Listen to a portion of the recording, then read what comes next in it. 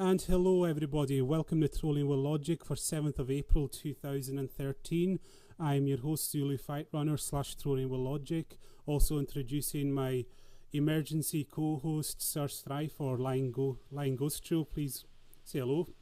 Hello.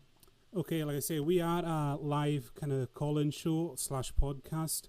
So if you do want to call in, add the Skype contact Trolling with Logic. Just send me a message with the gist of the question. And also, please remember, when you call in, you're granting us permission to use your likeness because the show is recorded, uploaded to iTunes and YouTube. So, and also, if you can't get on today or if you have any feedback, the email address, as you can see at the bottom of your screen, is contact@trollingwithlogic. So, I will now introduce our special guest for today. He is an American lawyer, a political socialist activist, a well-known proponent of the Establishment Clause, also a very keen debater as well. He's kind of debated William Lane Craig, Matt Smith, Todd Friel, many people, and also has the honour of the chair of the First Amendment Task Force for the Council of Secular Humanism. Please, everyone, welcome Edward Tabash to the show. Welcome, Edward. Thank you very much. Also, just wanted to point out that in November of last year, I was made chair of the board of directors of the Center for Inquiry and the Council for Secular Humanism. Nice. Sir Strife, I think you had a few questions to start us off. Well, it was your show. You were going to do the separation of church and state, right? Yeah. No? Well, we'll go with that.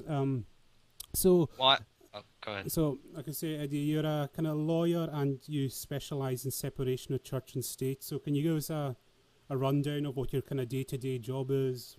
And well, how many people would be in the United States and how many would be in the UK? Because that might determine how I initially explain this.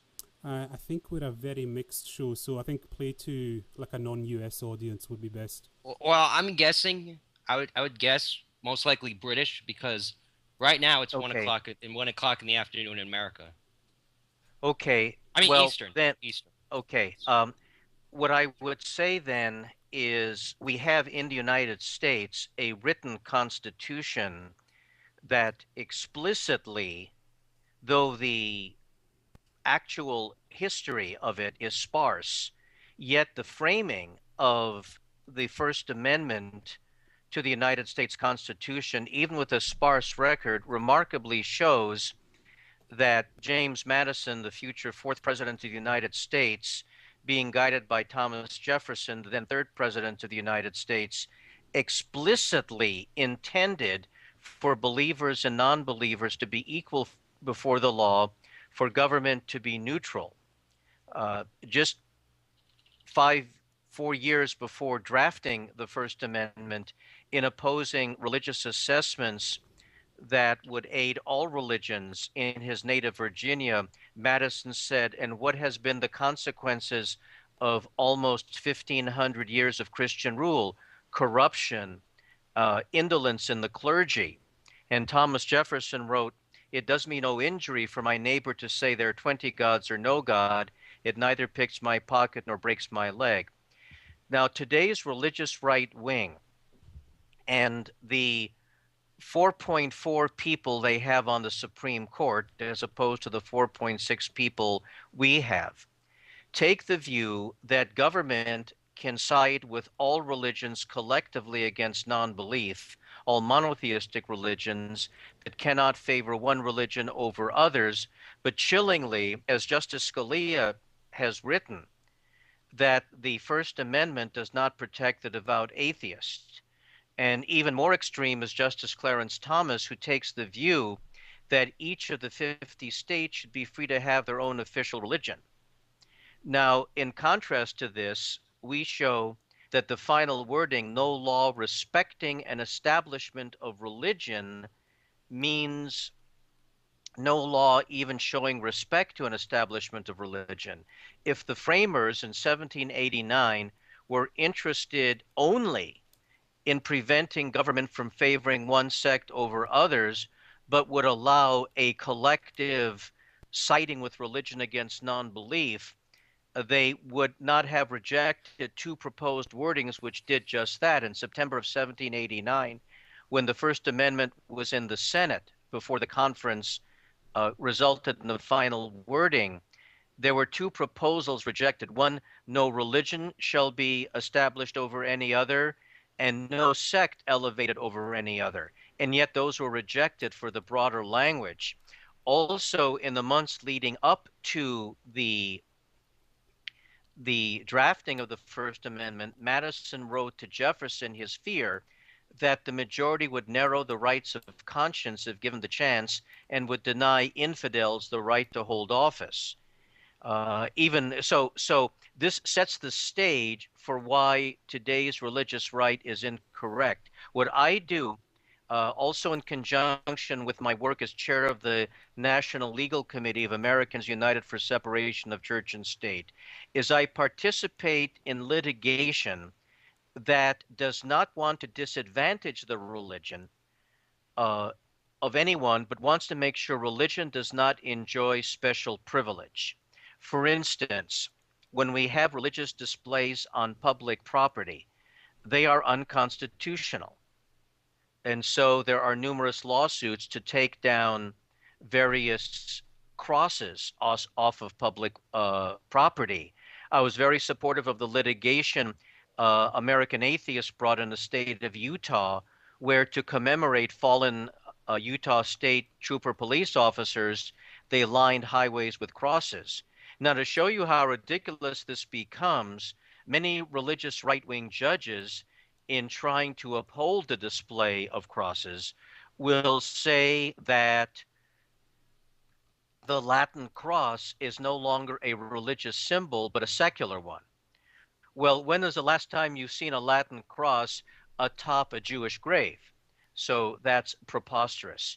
The other things that we deal with are the efforts on the part now, unfortunately, of the very powerful Catholic Church to exempt not just the church itself, but any believing Catholic from having to provide contraception coverage for their employees, so they cover other prescription medication. And our argument is, unless you're the church itself that has a doctrinal right, if you're merely the participant or believer of a religion, you have no right to discriminate, to use your religion to discriminate against members of the general public. So that's sort of an overview of the law and its application.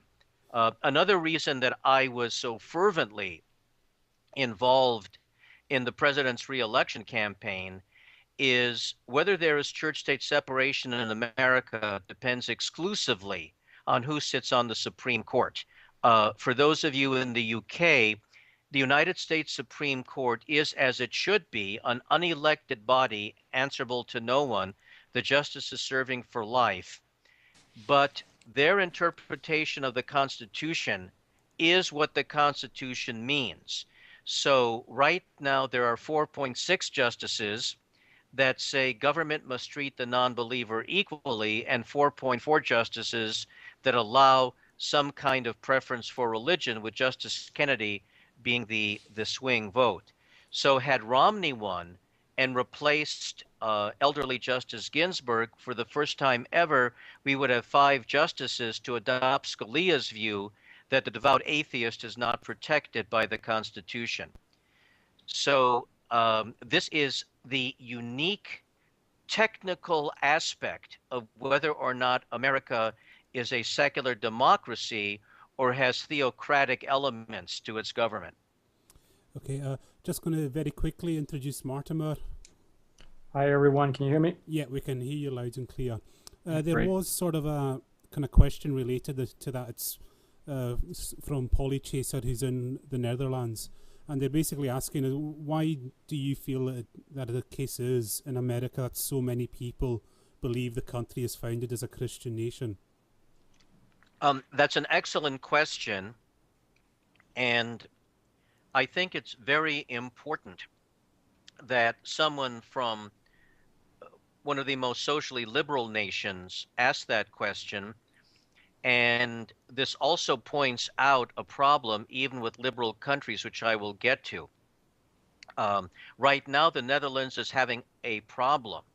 It's not just a problem with the religious right, but also countries that have a leftist social orientation frequently bend over backwards to protect religion. I mean, Ayaan Hirsi Ali had to leave Holland because of the Muslim outcry, and now, even after the murder of filmmaker Theo van Gogh, there's a blasphemy law in Holland that makes it illegal to insult Islam, and this is not tolerable. We cannot say to any religion, you have special rights to avoid being offended. But as far as America's unique situation is concerned, we have a twin track that has been applicable, I would say, since after the founding, or even before, from our puritanical roots. We are an advanced technological society, but there is also another track of a simple-minded kind of religious assent where one is deemed to be morally praiseworthy if one mindlessly buys into religious dogma without questioning. For instance, now this has been primarily the result of the religious right-wingers, but let me say, on behalf of conservatives, you can be a true conservative and believe in the free enterprise system, as did Ayn Rand, and not be a believer. It just happens that in the United States, general conservatism and religious fundamentalism go together. They don't have to by any kind of logic. But look at Ronald Reagan's campaign for president in 1980, when the religious right first came to power. And they asked him why he believed in God. And he said it would be the same as looking at a great meal and saying there's no cook.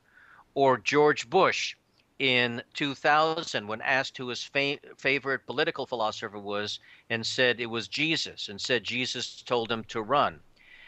It seems that there are millions of Americans that still regard simple-minded, unquestioning acceptance of religious dogma as a virtue, and that's a cultural strain. The other thing I would say is that unlike Europe, we have not had religious wars fought on our soil.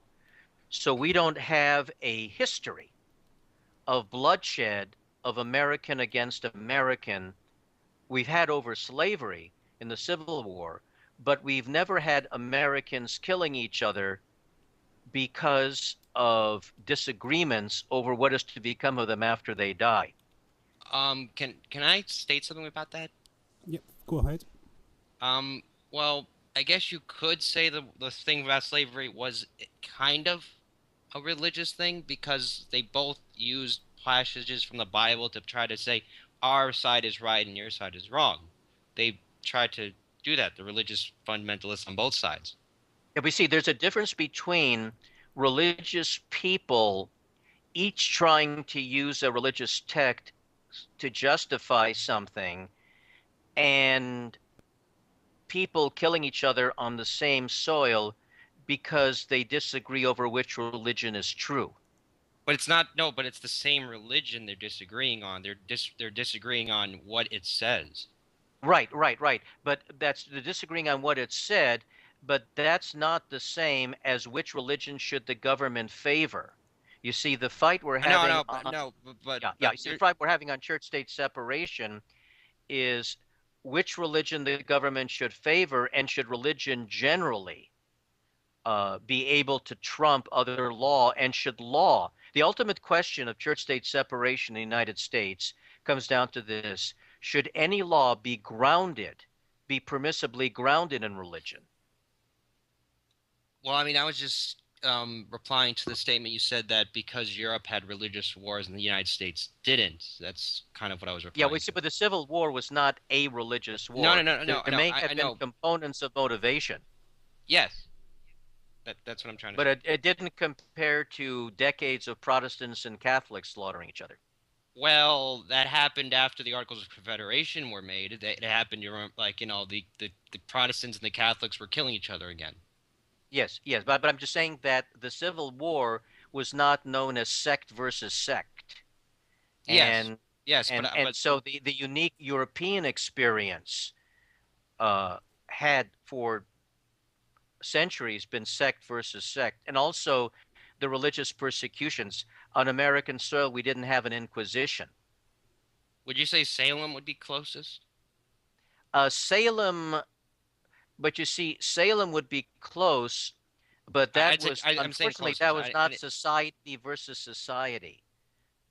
Salem, unfortunately, was everybody in the government favoring the persecution of these women. Yeah, so is the And society against its own people? it was society against its own people, but it wasn't a war. It wasn't that the But the supposed witches took the Inquisition, farm.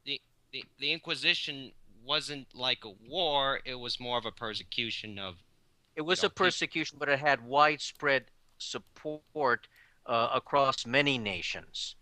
And now I would say this, though, that the Salem persecutions do have a residue today in the demonization of today's religious right of persons who live differently. So I would say that, though now it's on the wane, that the type of hostility against alternative police belief systems stem from that. And even though it didn't have a murderous component, the fear of the heretic, though it didn't arise to the religious conflicts in Europe, the fear of the heretic, I think, fuels the virulent hatred of atheists, and even the now waning but still very powerful anti-gay movement in the United States. But the most important point is that America historically and through the present day has had this twin track of technological involvements, and at the same time a kind of backward religious fundamentalism, where the application of intellectual rigor to the claims of religious dogma is not appreciated in many parts of the country. Would would you say this would possibly have to do with the period of time after the Civil War, though? Because that's what I've maybe noticed with American history, that the rise of the religious fundamentalist movements were like in the 1980s. I mean, 1890s. I mean, 1890s, like the beginning of the century. It may have. Thomas Jefferson predicted, unfortunately he was wrong, we'd be much better off, predicted that by 1830, everyone would be Unitarians in America. And of course that didn't happen. No, that didn't happen. And you see, the Jefferson, Madison, and most of the framers were, of course, children of the European Enlightenment. And to them, what they were doing is they were taking it the next step by keeping religion a matter of conscience. If you look at the very sparse but still existing record of the debates in the first Congress on the First Amendment and the words of Madison, you can see that uppermost in the minds of the founders, prior to all other considerations, was the protection of the rights of conscience, irrespective of where that belief system led.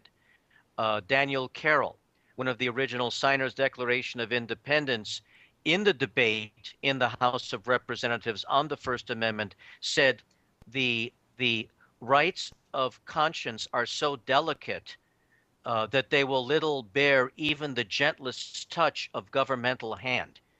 And then in 1821, years after Jefferson and Madison got the 1786 Bill for Religious Liberty through the Virginia legislature, and this is the most telling of all. So many years later, Jefferson exulted in his autobiography that the bill that he and Madison pushed through the Virginia legislature 3 years before the First Amendment was even drafted, 3.5 years, that there were efforts to restrict its protections only to Christian sects, but that the final result, in Jefferson's words, were that he and Madison were able to protect the infidel of every denomination. And then when you look at the original Constitution of 1787, even before the Bill of Rights, that had only one reference to religion, a negative one, Article 6, Clause 3, prohibiting any religious test for public office. The intent is clear. Also, and this is the most important, and I want particularly the people listening in Europe to understand this. The First Amendment and the Bill of Rights is a minority protection document. What it says is it doesn't matter if 99% of the people want to do something, they cannot encroach on the rights of the 1%.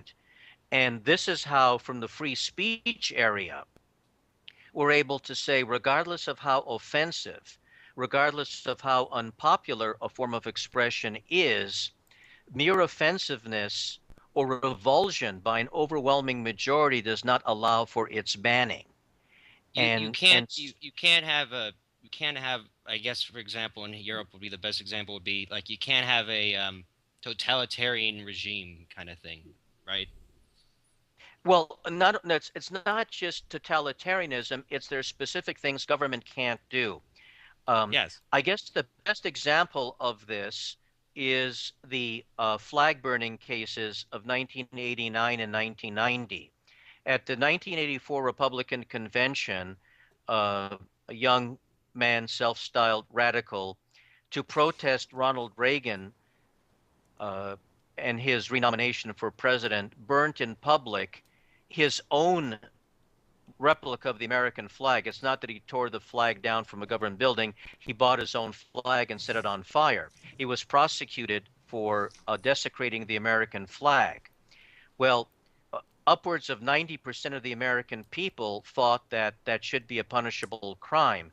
But in a brilliant Supreme Court decision of Texas versus Johnson, in a 5-4 decision, Justice Brennan wrote that as long as he was not destroying public property, the mere outrage and the mere offense and horror that people feel at seeing an American flag being damaged or purposely destroyed is not a basis for its banning, because there is no extent under the free speech clause of the First Amendment where offensiveness by itself reaches a level sufficient to allow the majority to ban the expression of something.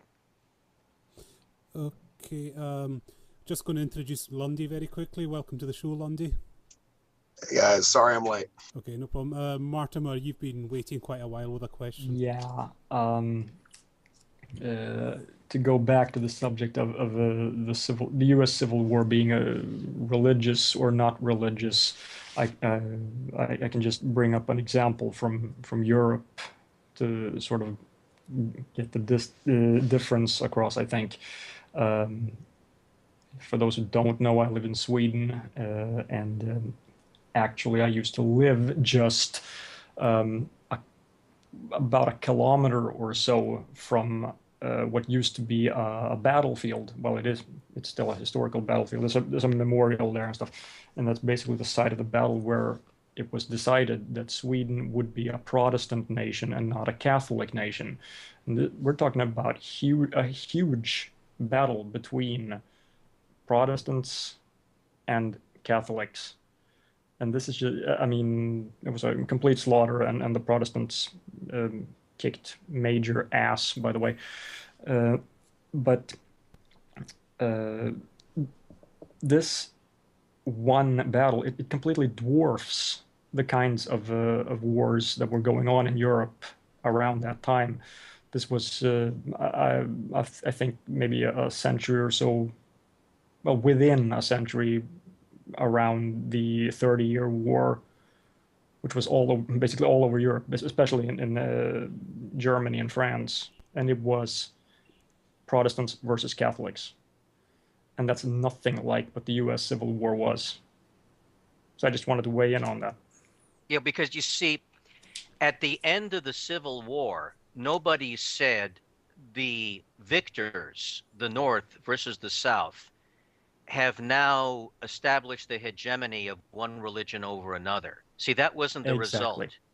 See, Exactly. And that's that why is we don't call it basic. a religious war. I also want to say that if one of the hosts, because I don't want to have to answer a lot of emails, but if one of the hosts wants to email me, who has my email, I will send you the brief that I, as a PDF, that I did in the same-sex marriage case, the first case before the California Supreme Court, where I give a definitive statement of what separation of church and state is, and then anybody can email the host and get a copy.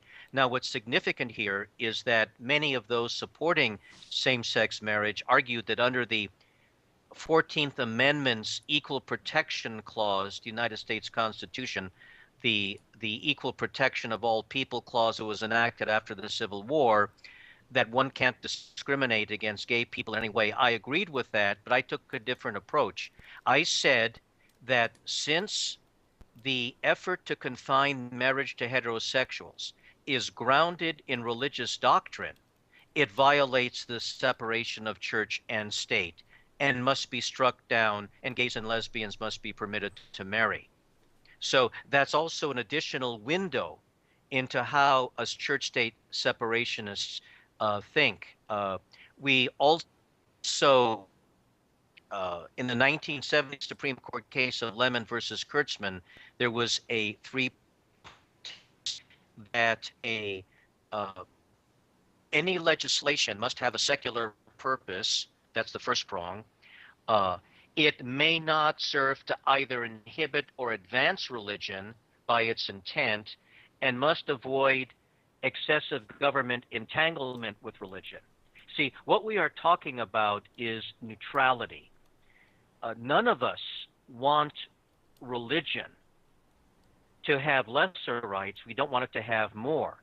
But what the religious right wing does is the religious right wing claims that unless they have special rights, they're being discriminated against.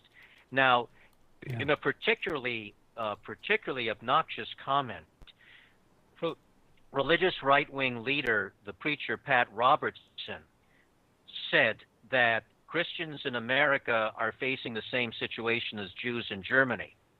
Well, my mother was an Auschwitz survivor, so I found that completely offensive, but I would still defend his free speech right to say that. But that's what it actually comes down to.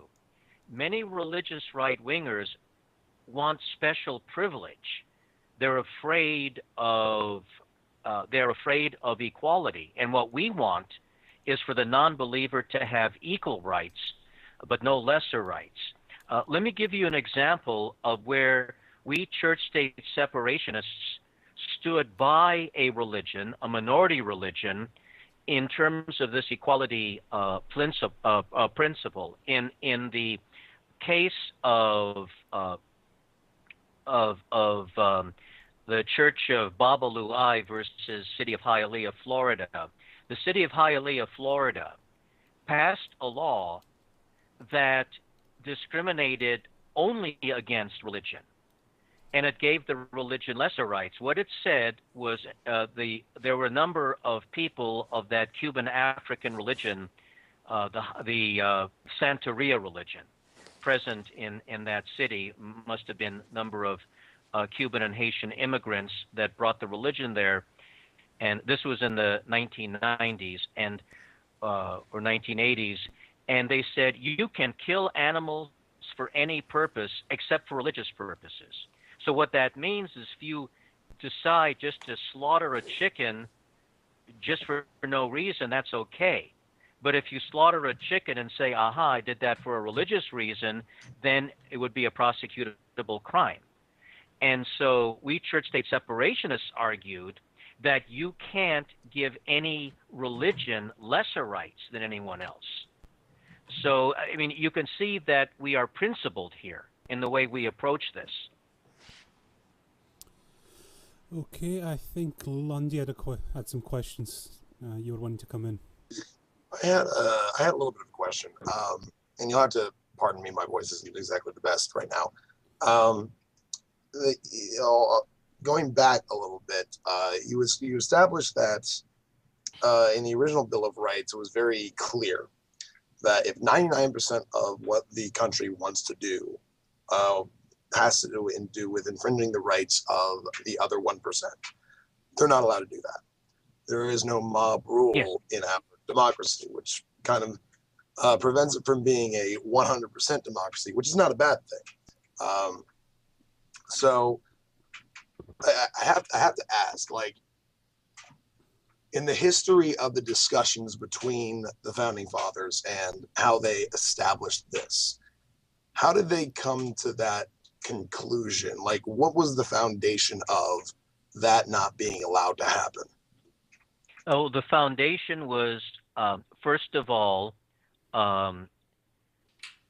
the first thing was, and I asked the Brits to forgive me, but the not too benevolent view of the Church of England at the time, the experience of state establishments in the colonies prior to the Revolution, and also, as you could see, by all the debates and the discussions between Madison and Jefferson and the position of Congressman Carroll, that uppermost was protecting the rights of conscience. You see, what the founders really wanted to say is, we don't care what an American believes in, and that no one's views should affect their legal freedoms. Now, in the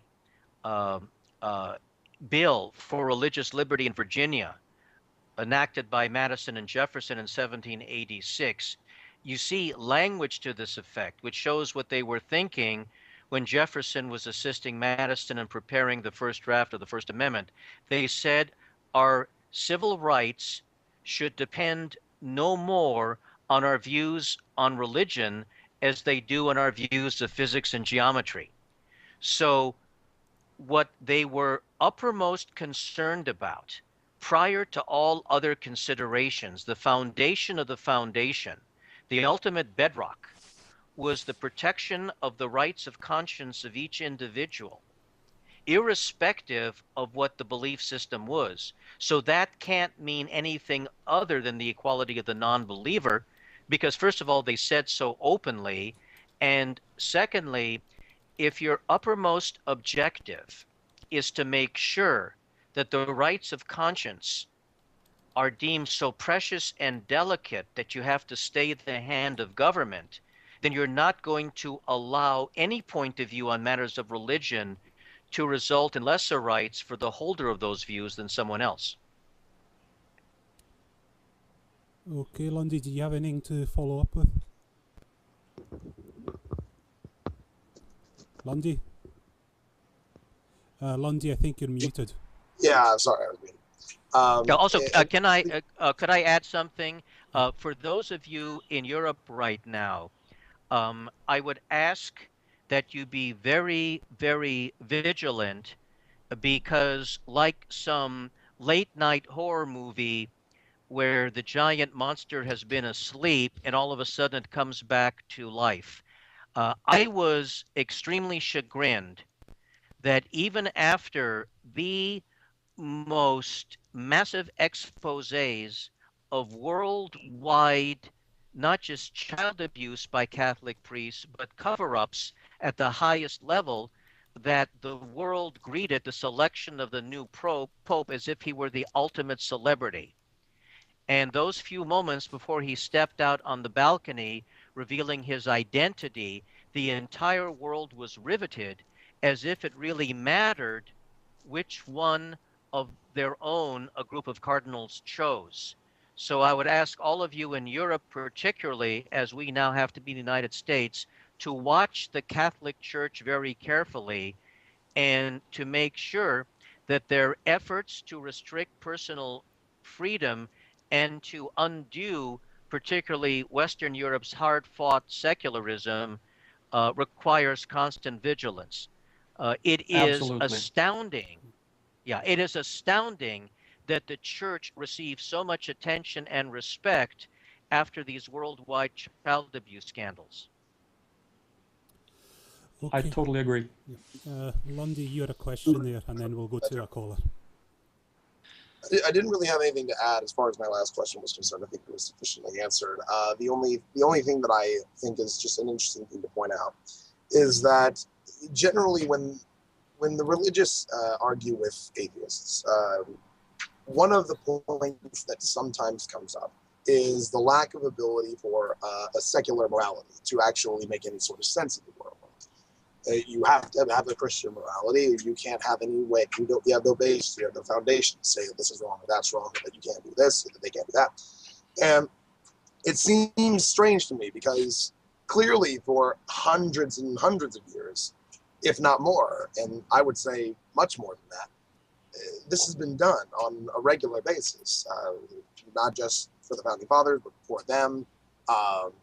You could go all the way back to the pre-Socratics. I mean, they were questioning the notion of any sort of need for a divine morality even back then. So I think it's very interesting how we have the founding fathers who, at least a decent amount of them, you could say, would count as a Christian of some sort. And yet they don't base the laws they were making, the laws of the land, off of their Christianity. The only one that I think even possibly did that in it, or at least attempted to do that to any extent, would be Alexander Hamilton.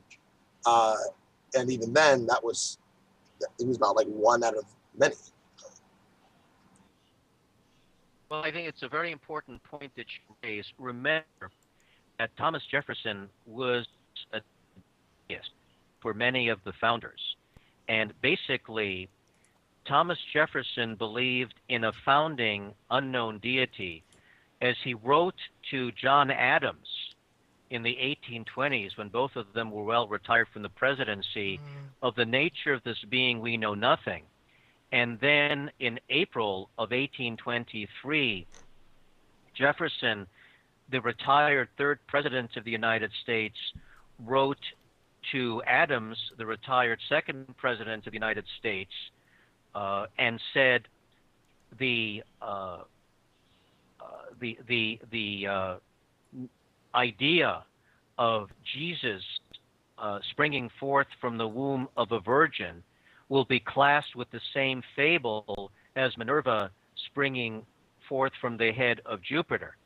So remember, to Thomas Paine, one of the true founders of the American Revolution, who in his Age of Reason wrote one of the most historically devastating critiques of the Bible, and to Jefferson, and to those who were Unitarians or deists, there was no deity that you could supplicate. Jefferson's God, whatever it was, would not respond to prayers or pay attention to us. So he was not a Christian. Now, they may have wanted people to believe in something as a way of social control, but that was more by way of moral admonition than by law. For instance, in his second inaugural address, Jefferson explicitly stated he won't even be giving Thanksgiving proclamations because he felt they were religious exercises. I mean, would that a president of the United States would do that today? It was amazing. Simply amazing. So, and Madison, in his detached memoranda that he wrote around 1817 after leaving office, even disapproved of the right of religious entities to hold property. So the closer, the actual founders themselves were far more radical in their separation of church and state than what we have today. So you can see that they truly wanted government neutrality in matters of religion and truly championed the equality of the non-believer. It was incredible.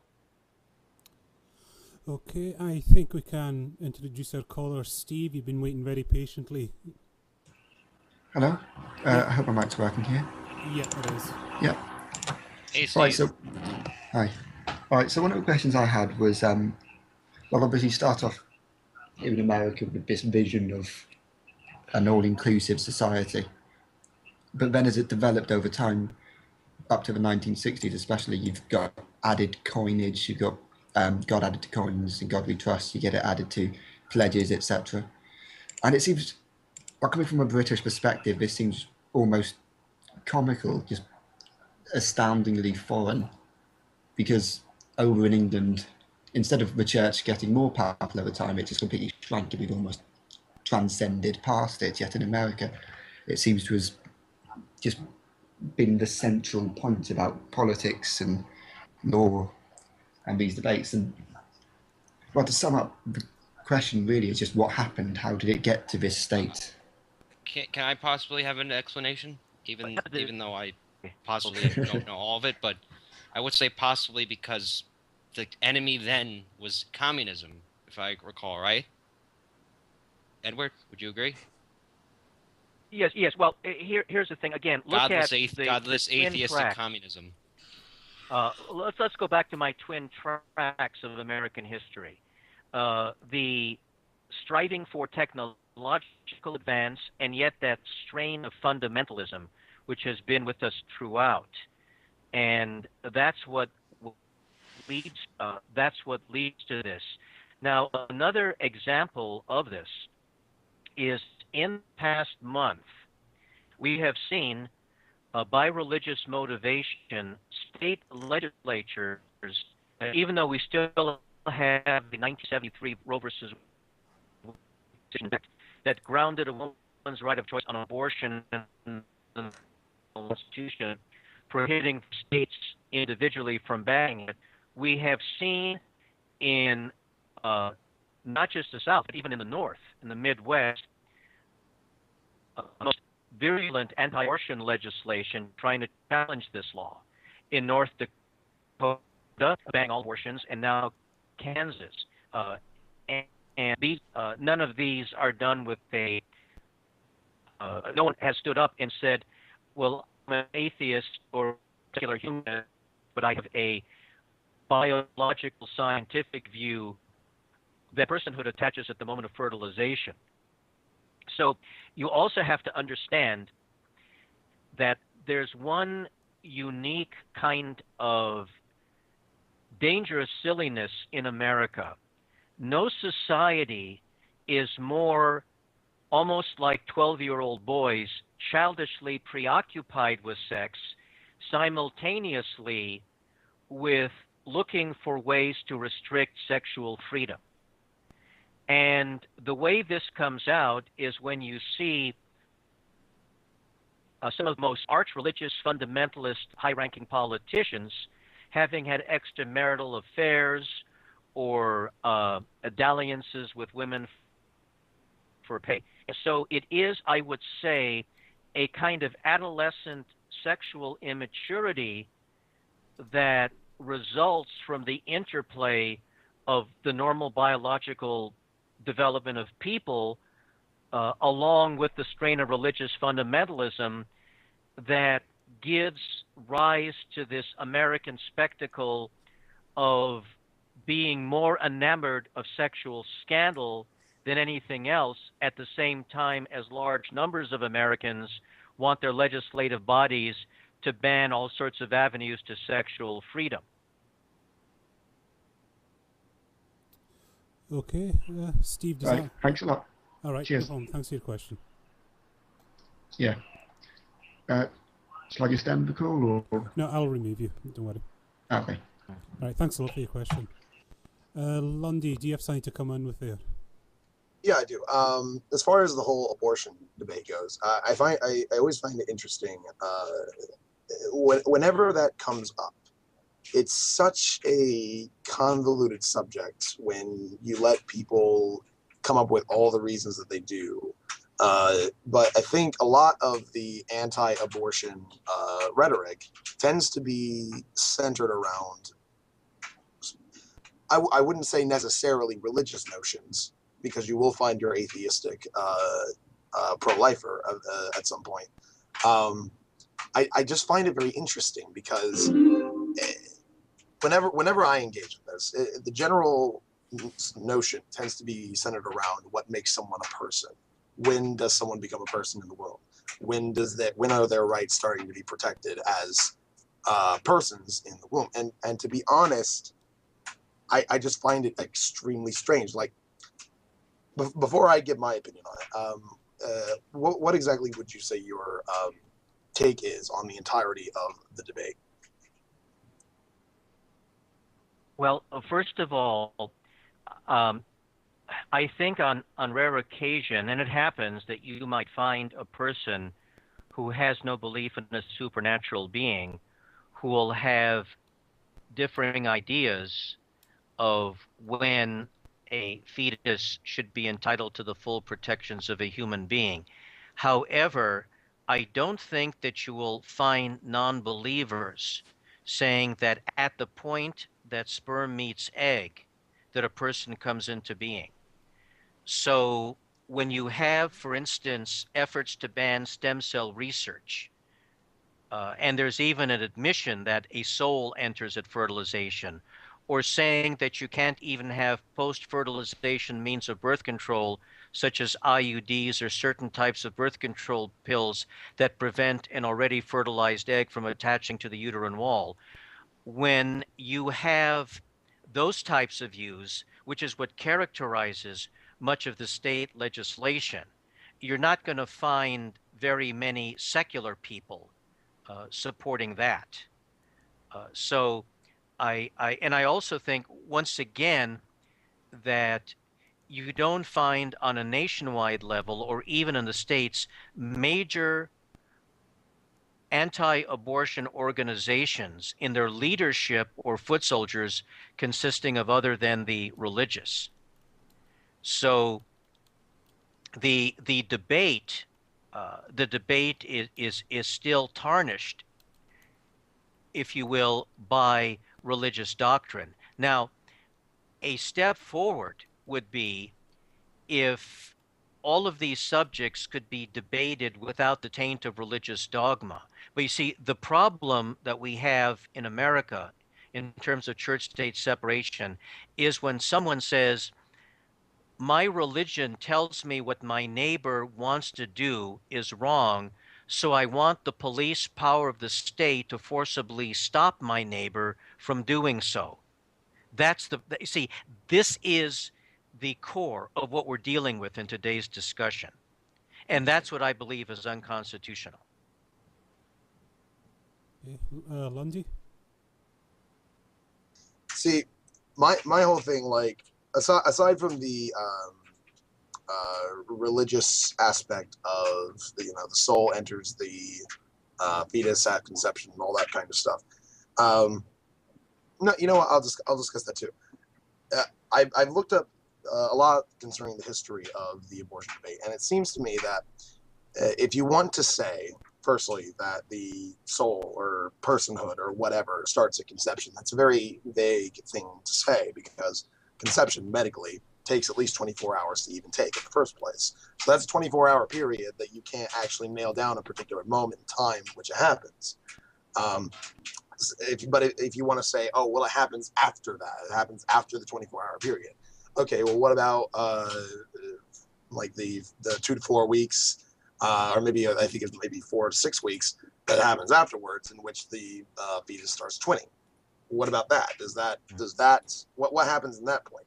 Is that a person becoming two persons? And how does that even work? How does a person become two persons all of a sudden? Does the soul split? Is there like a half a soul in each one? Does another soul just like grow? Were there two souls to begin with? How does that work?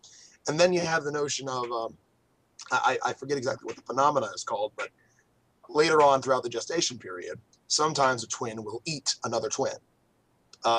Not out of any sort of conscious desire to do so, but it just sort of happens. So did that? Will you say, okay, well, that twin just murdered the other twin? I don't think anybody would really convict a fetus of murdering another fetus. You're giving them ideas. Yes, for our purposes, the point is, at what point does somebody with a religious motive claim appropriately that they have adduced enough objective evidence to put a ban in place. And this is how this is the filter through which we have to view these issues. At what point does the religionist say, irrespective of my theological views, there's sufficient objective evidence that the woman should no longer be able to terminate the pregnancy, or that these two men should not be able to marry? You see, if somebody is motivated by religion, but the law that they propose can stand alone. Let's say, for instance, uh, somebody says that you should only be able to drive 25 miles per hour through a school district, and my personal motivation is God whispered that into my ear, but here are 10 years of statistics proving objectively that it's much safer than a 40-mile-per-hour speed limit through the school district. Well, as long as the law has an independent secular leg which is sufficient to hold it, there won't be a violation, because a violation of church-state separation occurs only when the law under which we all have to live cannot survive, will fall without a religious component. So I might believe that in order somebody might believe that we can't shoot people on the beach in California because it's God's will, but there is so much independent corroborating secular-based evidence for prohibiting such massacring of people on the beach that it doesn't matter, because it stands alone without a crutch of religion. So our is that once there is a law enforceable by the police power of the state under which we all must live, that law not be tainted with the religious component. I completely agree with that. As far as, and going back to abortion for a moment, as far as the abortion debate goes, I invite everyone, our viewers, as well as the panel, as well as I'm not quite sure if our guest has considered this avenue of consideration, but it's a fairly popular one. There is a notion of the idea that personhood, in fact, doesn't matter within consideration of the abortion debate, like whether or not they are a person throughout the entirety of the 9-month period. None of that matters, because the more important thing to take into consideration is the autonomy, the bodily autonomy of the woman. There was an argument put forth, I forget exactly when, it was either the 70s or the 80s, called the violinist argument, which essentially concluded, won't get into the whole thing right now, but what it concluded was, under no circumstance is someone to have their body used against their will. They're not morally obligated to have their body used against their own will. So if something is living inside of them and they desire that not to happen, then they have that right to terminate that. And regardless of whether or not it is a person that is being destroyed as a result, that bodily autonomy is more important. Well, again, I think it was in the 70s that philosopher Judith Jarvis Thomson came up with this analogy that if you wake up in a hospital and you are attached kidney to kidney to some great scientist, and only by continuing to be attached to them for 9 months and giving of your bodily functions to sustain them will this scientist survive, that you're not required to do so, even if detaching yourself means that the scientist will die. So by analogy, she argued that a woman shouldn't be required against her will to give of her bodily functions to sustain a fetus. So I mean, that was one of the other arguments. But again, for our purposes, I think that even in the abortion debate, and certainly in the gay rights debate, this must all be extracted out of the religious realm. And our objective in church-state separation is that the legislative debates that will result in laws binding on all of us not have a religious component and have a clear rational basis that's tethered in empirical research, not in someone's concept of the will of a divine being. I mean, that is what the separation of church and state means in terms of the creation of day-to-day law that we all have to live under.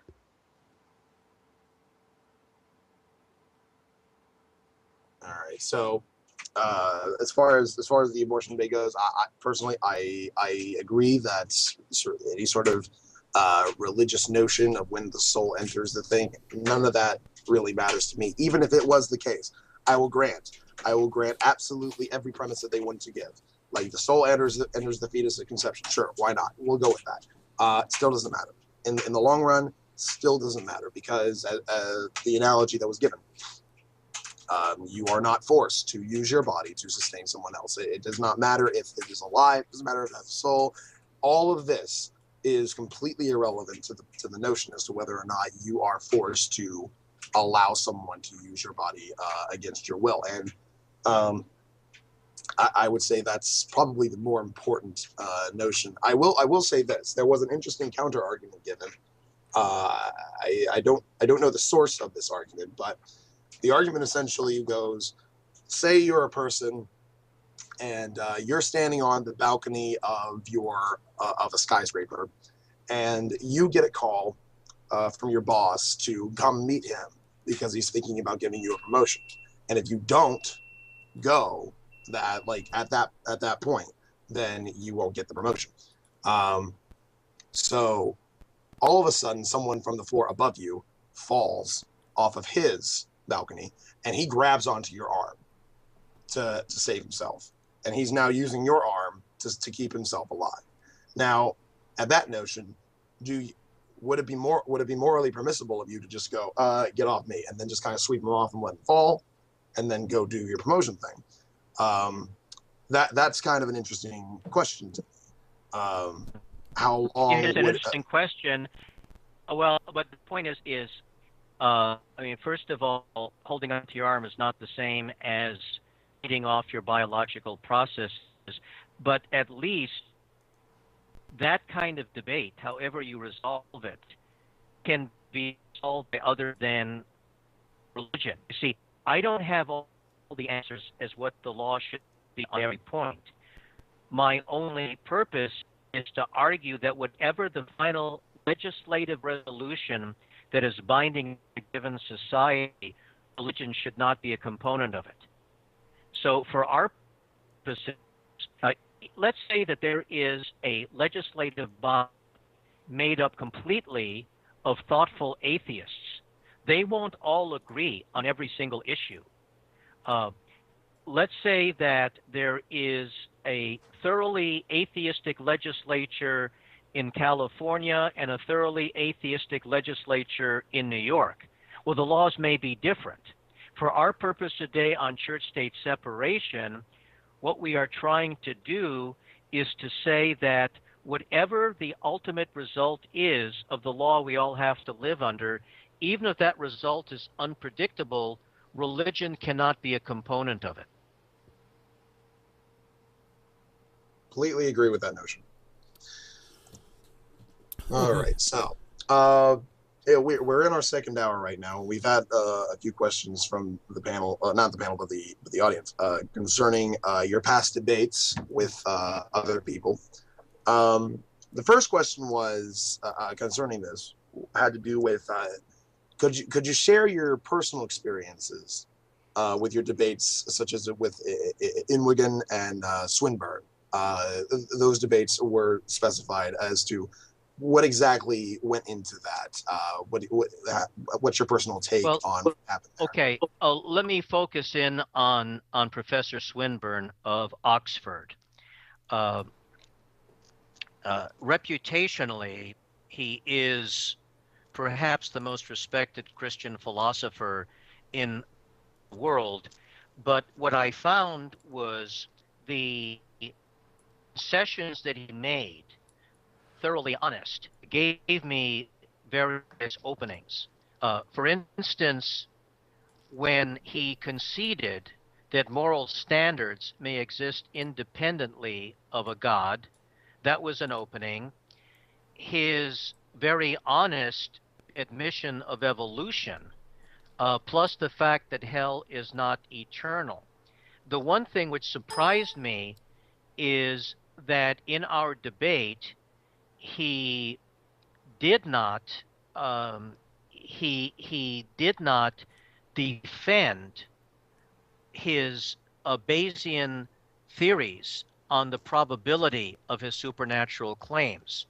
And I attacked him on it, but he wouldn't verbally defend those. And I think that what we have in Richard Swinburne is a non-fundamentalist who, based on his, what I think is incorrect, but sincere reading of the probabilities, has kind of a moderate Christian God existing, but he himself concedes too much, and you can use that to weaken the arguments. His admission of defects and flaws in the Bible, and see, one of the arguments I was able to make, it's interesting, one of my favorite philosophers teaches in Nova Scotia, J.L. Schellenberg, who wrote the book Divine Hiddenness and Human Reason. Actually, Professor Swinburne was his PhD advisor. And what Professor Swinburne doesn't realize is the implications of that. For instance, when he admits inaccuracies or defects in the Bible, well, we can say under divine hiddenness, if in fact there is an all-powerful God that wants us to know its will, it is unlikely that that God would give us a defective revelation which would make us doubt that being's omnipotence. And so a defective revelation from an all-powerful God that wants us to know his, her, its will is more likely if there is no God than if there is one. I mean, that's generally my take on the Swinburne debate. And as far as von Inwigen, Who? Sorry, von Inwigen. Oh, as far as Peter van Inwagen was concerned, he sort of just collapsed. He wouldn't do a full throttle defense of his position, and then he began to hedge on hell. Because you see, one of the things that I do, particularly if my opponent is defending Christian theism, is I immediately confront them with whether or not my mother, an Auschwitz survivor who remained by choice a Jew the rest of her life, is now in hell. If you accept fundamentalist Christianity, there's no doubt that she is. So that means that God put her through Auschwitz as a basically training camp for hell. And how do you, in terms of justice and fairness, justify that? So that is, I mean, that is something also. Now, as far as, let's say, the big kahuna on the debate circuit, the one that everybody pays attention to, William Lane Craig, it's interesting because he will not debate me again after our 1999 debate, claiming that I don't have an academic PhD. Well, I mean, I sort of take that as a compliment, but he will not debate me again, and I think that's kind of interesting.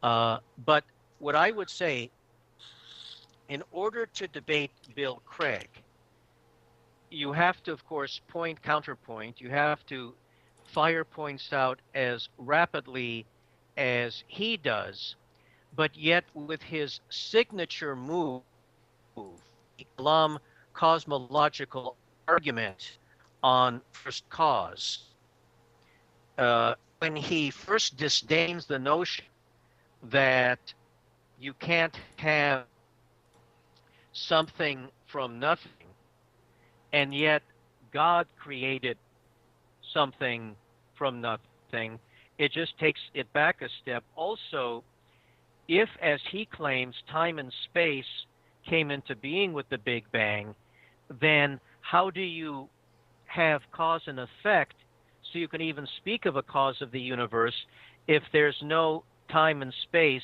for A to cause B? This is, again, ultimately a God of the gaps argument. And the other thing that he does not explain, which I think is essential to a supernatural assertion of causation, is how an incorporeal being with no physical attributes can affect, let alone create, matter. Basically, how did God do it? What is the mechanism? How does a being... Yeah, so I'm saying these to me are major problems with the Kalam cosmological argument. To note with that argument, like I've asked, like with Craig's premise, the whole resurrection of Jesus. You're saying God resurrected Jesus. You're saying a verb.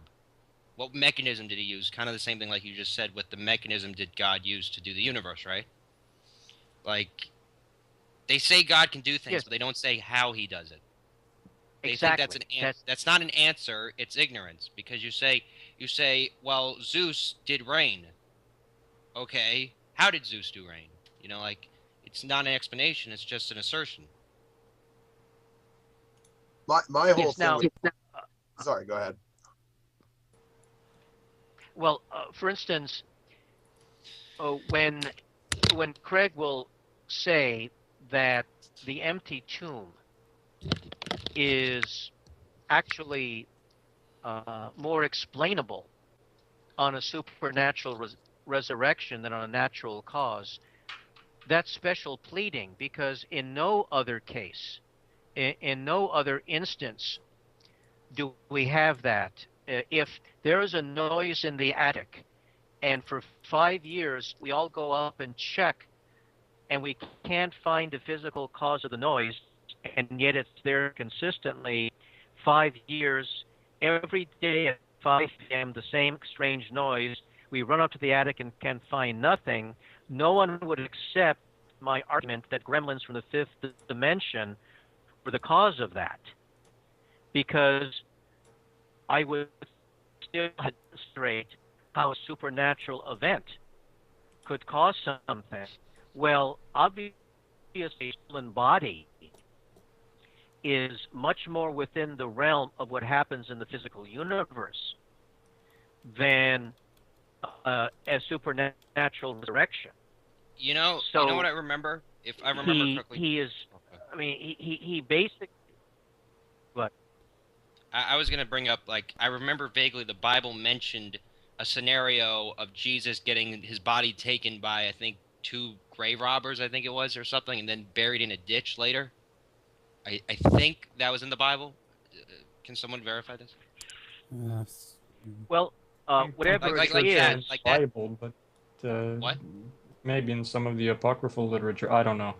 But I mean, I remember hearing that. So, like, isn't that a scenario that seems more plausible, or the tomb was never actually it never was actually used, or grave robbers took the body, or something like that? Yeah, Isn't I've actually been having discussions with obviously, if excuse me.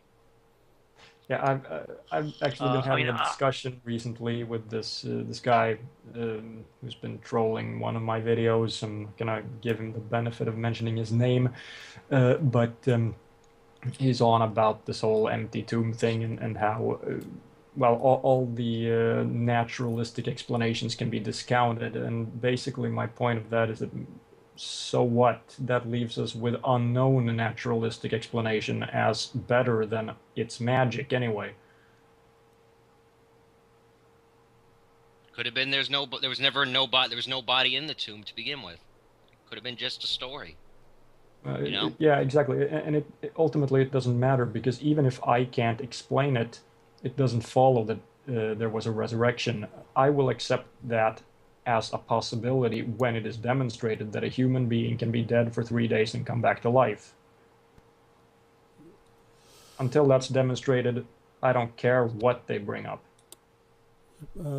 There's a question from this chat room from Steve, and he wants to ask Edward if you could give anyone one tip or one trick on the skill of public speaking, debating, what would it be? Hello, Edward? I'm having trouble hearing. Oh, sorry. The voices are breaking up. I'm not sure what's going on. Okay. The question was, if you could give people one tip on public speaking and debating, what would it be?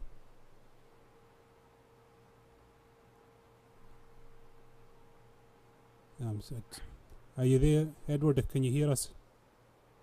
Yeah, I can hear, but the voices break up. So and again, being the tech dinosaur, I don't know how to handle that. Right, Lundy, when you're 62 years old, you didn't grow up with computers, so. But so some of the last few voices were just the commentary broke up. Yeah. If you can hear me now, they're just asking what's the... Yes, I can. Yeah. What's the number one tip you can give to people for public speaking and debating? What's your number one piece of advice? The number one what? Your number one kind of tip or piece of advice you can give to anyone who wants to do... Oh, the number one piece of advice for public speaking. Yeah. And that would be, it depends on what the topic is. If it's a debate, you have to prepare as if you're preparing for a championship fight. You must study your opponent, prepare your arguments in advance, rehearse them, have them written out, be ready to respond to things you think your opponent might throw at you. Now, if it's a speech and you are presenting something that a general public audience is going to find to be offensive or upsetting, have your best arguments. For instance, later this month, I'm going to northern Minnesota, the Iron Range, and I'm going to be speaking to the general community in rural Minnesota about why God does not exist.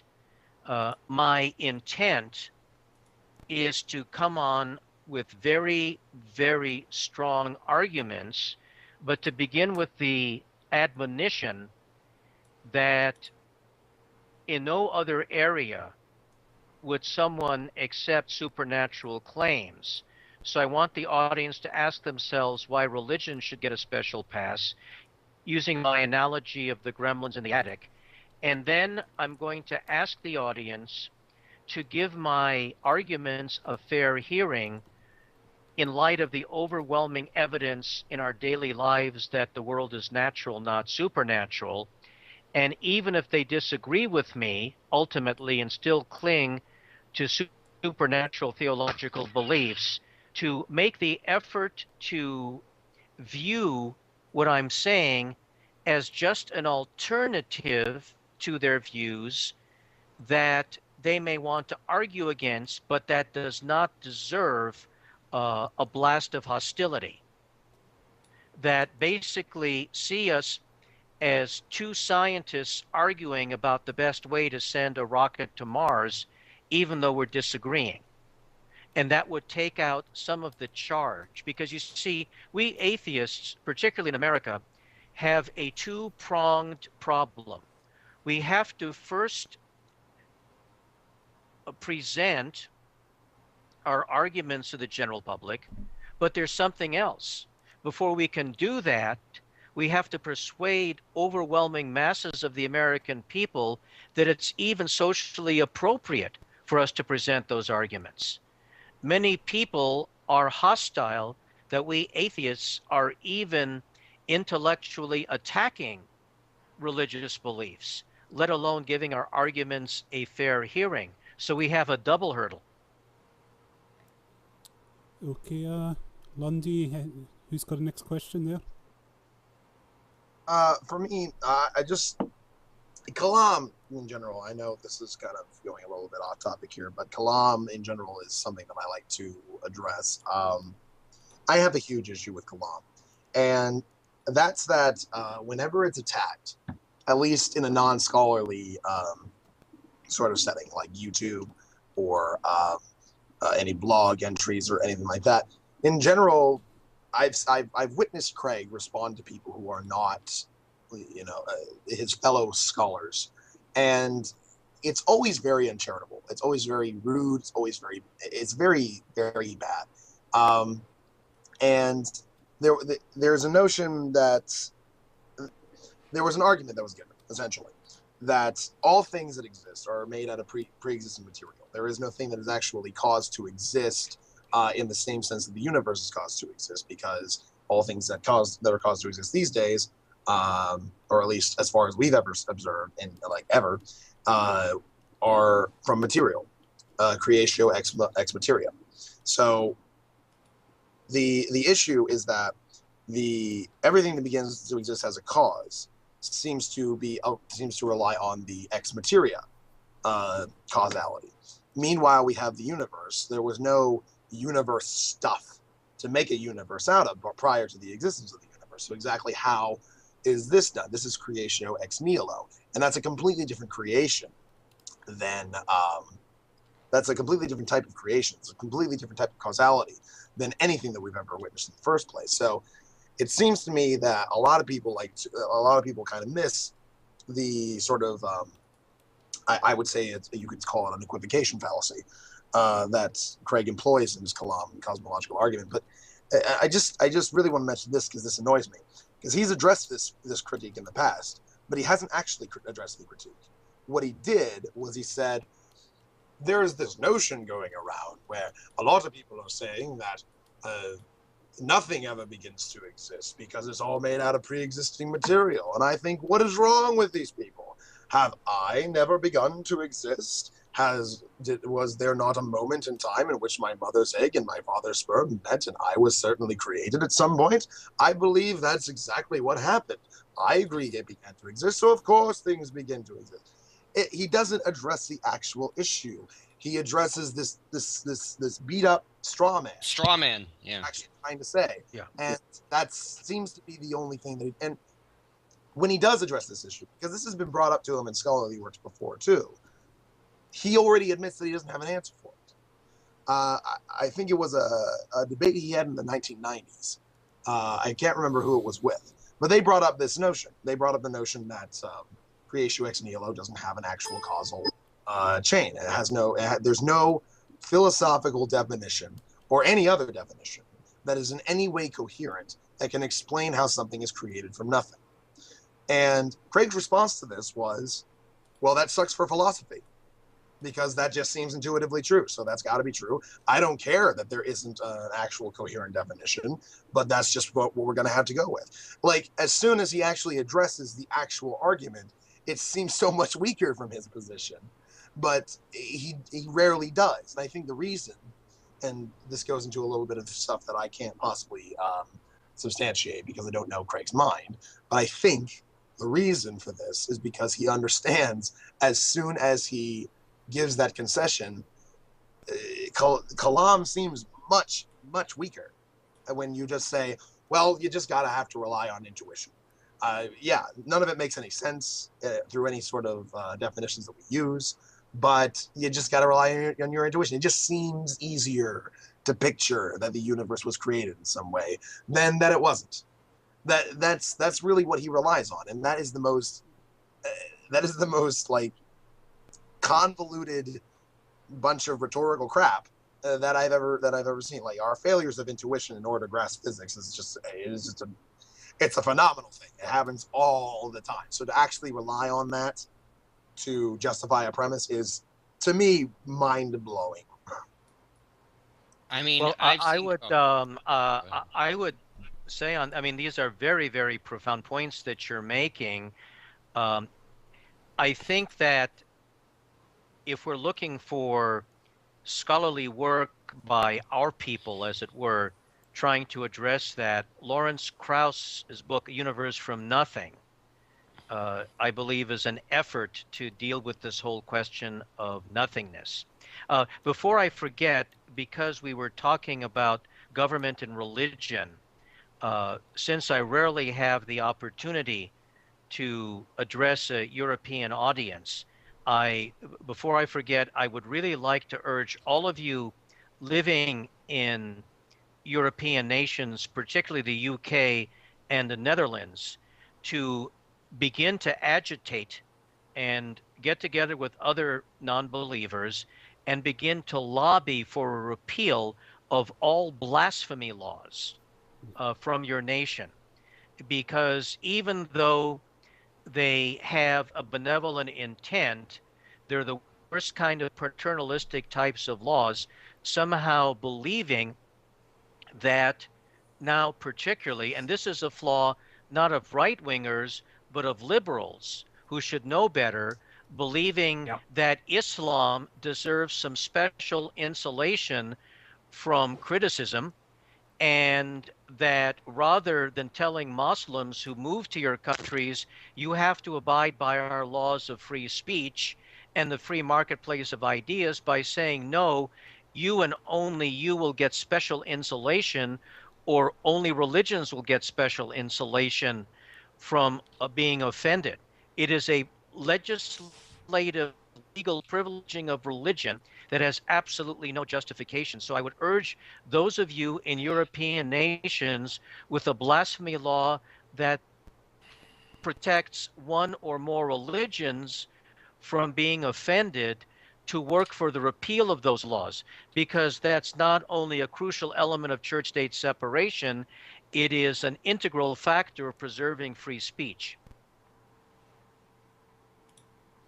Okay, there were some chat room questions, and I think Sir Strife wanted to fire them over. One of the questions is, what statement you hear from theists, something what really boils your blood? What is the worst statement you hear?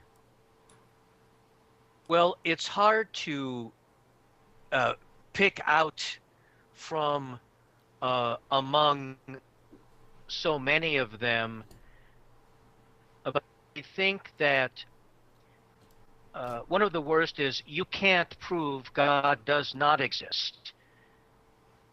Well, you see, the problem with that is the burden of proof is on the one that asserts the supernatural. And again, let's go back to my analogy of the gremlin in the attic. I can say, you can't prove that there's no gremlin from the fifth dimension in the attic, because every time we go up there, we've just heard a noise and no one can find the cause. So you must prove it's not the gremlin from the fifth dimension. And by the way, this gremlin from the fifth dimension that makes the noise in the attic wants us to burn a blue piece of paper in homage to it every day at 5 p.m. So no one would take that seriously. What that argument is, you can't prove there is no God, is saying that probabilities don't matter. Now, the one thing that I do with my opponents, except if they're presuppositionalists like my friend Doug Wilson, the pastor in Idaho, what I do is all of them agree we are making probabilistic arguments. So if we're making probabilistic arguments, it's where does the weight of the evidence show?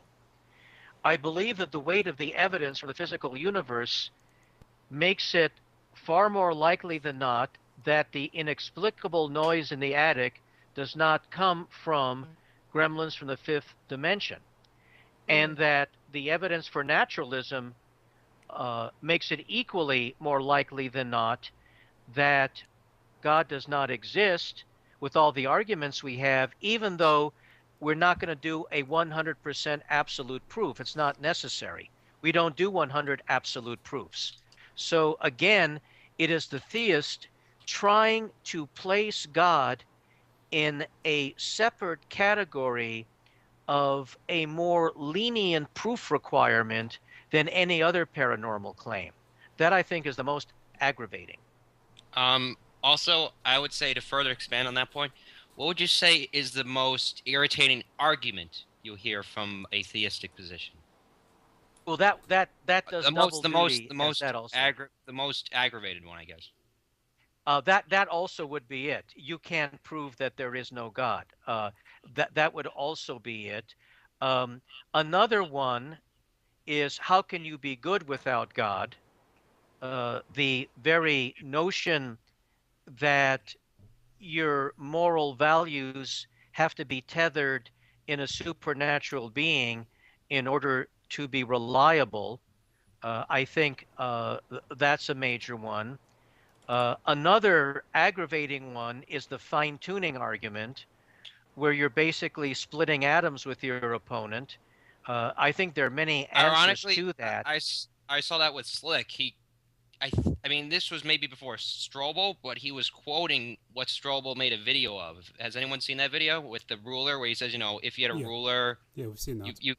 Yeah, that's what he quoted exactly. Was that before this or after that? I'm not sure. Our debate was in December of '09. However, Victor Stenger has a book out called The Fallacy of Fine Tuning that I'd recommend for everyone to read. So, I mean, those would be it. Again, when you debate these people, if a Christian is going to want to engage you one-on-one online endlessly, it may not be worth it, because if after 50 rounds you're not willing to do any more, they declare victory. All debates, real debates, have a finite amount of time and rounds. And I think that you have a right to expect that, because otherwise you've got Christians with nothing better to do saying, well, after 100 rounds, he wouldn't do 101, I win.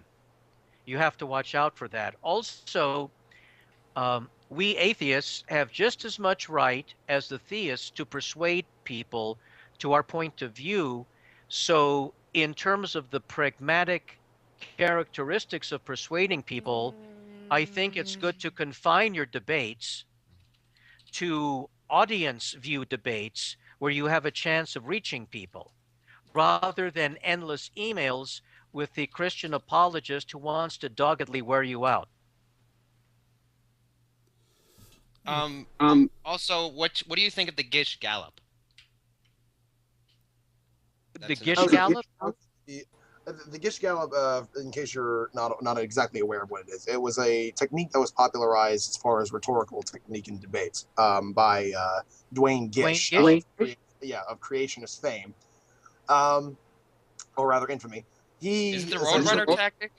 It's kinda. It's the tactic of, you get up and your opening statement is making like a lot of points that are mostly wrong, and all of these points take a lot longer to debunk than they do to say.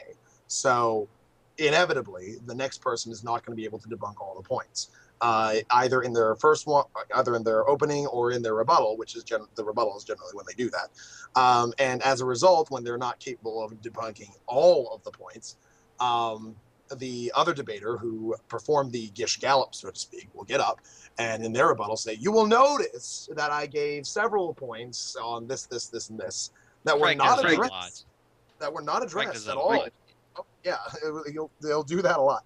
And my opponent, the atheist, did not answer this, that, and this. Therefore, he's wrong.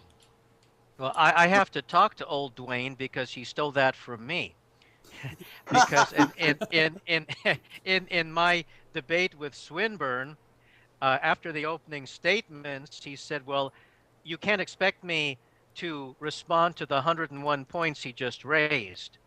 So I have been criticized for that too, though my arguments are 8 or 9, not the 100. But I don't know, maybe Professor Swinburne did a Bayesian thing and came up with 100 out of 8. But anyway, what I would say is this.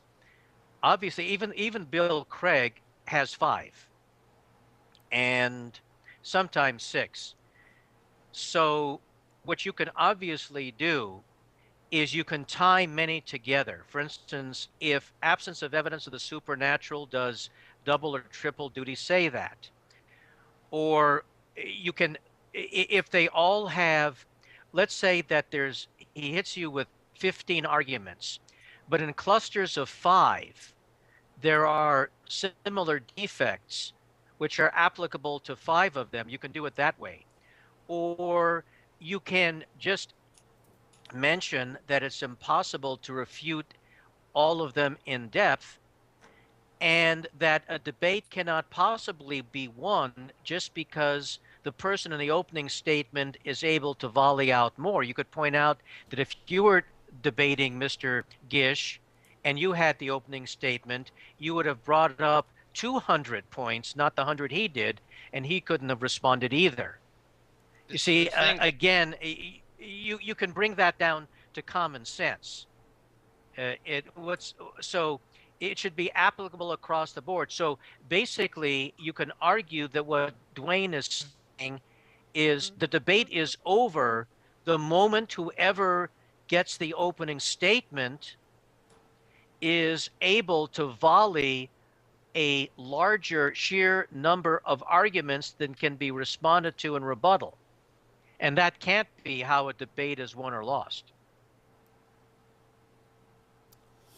I mean, like, isn't a debate supposed to be a format where the people present each side and the audience decides who wins? Pretty much, right? That's how it's supposed to work, right? Well, I wouldn't say to the audience, because the audience may not be schooled. I mean, I would say, quite frankly, that a debate is won by whom technical philosophers would deem to have won the debate. For instance, if you're debating in front of a heavily Christian audience, they're going to deem the debater the winner. So we watch, as those of us. Oh, go ahead. So I think it's important to go for a technical win, and I mean, certainly audiences don't determine debates. The technical points made, the number of punches you land versus your opponents, and the number of punches you block versus your opponents can also determine that. And an audience doesn't sit there with a punch meter to count. No, but I was gonna say, like, if one of them walks away with a different view, you convince them. Your argument was then you got them. Oh, yes. Like, that's what I would say. That's what I mean. Like, then the audience decides. Oh, yeah, that part's true. Yes. Yeah, that's what I mean. True. I mean, it frequently happens in my debates. The first time was at Queen's University in Kingston, Canada in 2001, where I debated a man who was the head of their Campus Crusade for Christ, and 10 Christian Canadian students came up to me and said I didn't persuade them necessarily against God, but I did cast sheer doubt in their mind about whether or not it's fair for only those who believe in Jesus to be saved. And I said, well, that made the whole debate worthwhile, because that in itself was putting a sufficient dent in the theological construct that I'm seeking to undo. So yes, absolutely. Lundy. There's a couple points that I wanted to bring up. The first, just going into the whole debate thing in the first place. I love reading old debates. Like a long time ago, well, even now, debates majoritively aren't actually done in sort of a live audience kind of way. They tend to be done through like a series of articles written in conjunction by the two debaters. One would send their article to the other, he would write his rebuttal and all that kind of stuff, and that would just be made into one nice little book for people to read. And in the older debates, you can kind of notice that there's a huge shift in the attitude of the debaters as compared to today. Today, it's a lot more venomous between people who participate in the debates. It's a lot more attacking. It's a lot more. It's less helping each other trying to come to a conclusion, and more this person's wrong, butting heads kind of thing. It's sort of like two goats just crashing against each other all the time. And when you go back to, say, Bertrand Russell's time, and you look at the debates at that time, it was to me, I wouldn't say it's like better. From an entertainment standpoint, it's definitely a lot more boring because they're not attacking each other as much. It's a lot more Okay, would you agree with this premise? Would you agree with that premise? I Well, wouldn't agree with I think that in terms of it being more headbutting and more competitive as far as being more collegial is in the United States, as time goes on, the rift between the religious and non-religious is growing. And I think that the stakes are higher than ever before. And also, in any kind of social, philosophical, or political dispute, you can see more intensity and you can see more hostility. I mean, look at the election cycle in the just concluded presidential campaign last year, and look at the amount of acrimony that characterized the debates and the campaigns. Certainly, when as this continues without abatement, it becomes more likely that both debaters, particularly if you're debating, does God exist? Both of us will see the opponent as someone who must be overcome, particularly when there are the minds of college students at stake. It is so important for my Christian opponent to win them for Christ. It's so important for me to win them for naturalism. That the level of intensity is simply going to escalate. And we just have to live with that.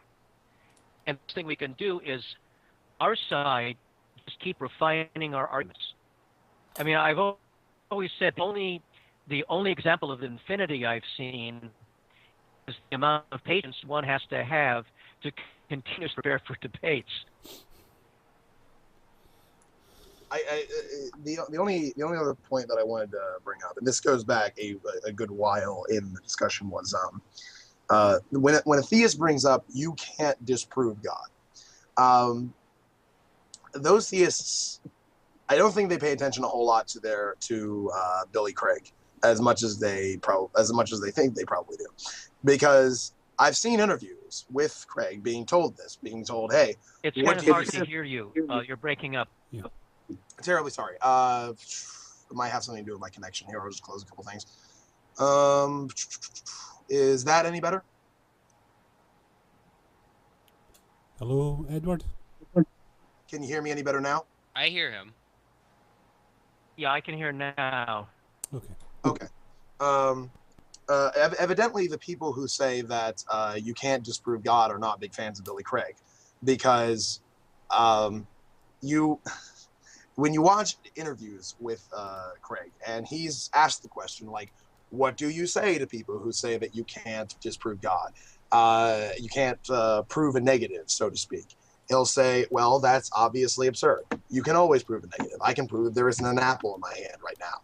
I can prove that there isn't a gremlin in my pocket right now. Most philosophers would agree that you can, in fact, prove a negative, depending on what the negative is, depending on the concepts of the negative, all these kinds of things. And as a result, like, that can be debated as to whether or not it's an actual possibility. But it seems to me that if the person that a lot of the sort of modern day theists who are getting into the debate scene get their arguments from, generally William Lane Craig, Alvin Plantinga, Richard Swinburne, those tend to be the top three. If one of those guys says, hey, you can't prove, you can in fact prove a negative, and they're saying that you can't, then it seems to me that these Christians who like to say, well, atheists don't know anything about philosophy, you're all these materialist, empiricist, scientism type people, and you don't actually understand the finer points of nuanced philosophy, they haven't really read a whole lot either. They haven't been paying a lot of attention, because clearly there's a lot of people who in the scholarly world disagree with this statement that you cannot. Like Craig, right? Craig thinks relativity something weird with. I mean, Marty knows a lot about this. Yeah. The whole special relativity, I think it is. Yeah. He completely butchers it. Craig tries to go into the realm of empiricism and science, even though it doesn't work. It doesn't work. Yeah, he thinks he can use philosophy to disprove something that has been confirmed scientifically, and it just doesn't work that way. Yeah, it really doesn't. But I would say. Oh, but I was gonna just say. Oh, go ahead. No, go ahead. I was gonna say, like, I seen the interview with Craig when he was asked what would shake his faith, but he'd say Jesus, the Holy Spirit, told him that it's right. You know, his faith was right. I think it was. You seen that video? Yeah, that's Yes, the like that, most like that. When if you thing there is. if you ask that question, you cannot disprove God. When you say that, it sounds like in your tone you're saying, "Well, I'm gonna believe it, even if you bring me evidence that there's no reason to believe it." Seems to me. That's See, the now, only reason. now I think we have a right. We have a right then to say that this is not the substance of debate, and that this is not an empirically verifiable component, and thus can be discarded. The Holy Spirit told me. Now, let's take Calvinist presuppositionalists, of which I count Alvin Plantinga one, saying God is properly basic. Well, God is properly basic. How come he's not basic to me? Well, you see, I'm lacking the sensus divinitatis. I don't have the built-in television antenna to notice God. Well, that's the same as a 3-year-old child saying, meet my invisible friend Ralph. But we'll say, but we don't see Ralph. Well, because you don't have the right goggles on to see the invisible Ralph. That's no different. So to claim that in a world where the overwhelming evidence is of naturalism, you need special goggles to see the supernatural is an incredibly childish argument. It could apply to anything. I mean, I would tell Plantinga that the reason he's a Calvinist and not a Buddhist meditator is his mechanism to see that the highest levels of consciousness can be reached by going into stillness and Buddhist meditation is dysfunctional, and that he has a defect that makes him believe in an external punishing God rather than a cosmic mush that you can blend with and find bliss. And that his sensus buddhitatis is not working. So these, to me, are not arguments, and I think they can be shot down.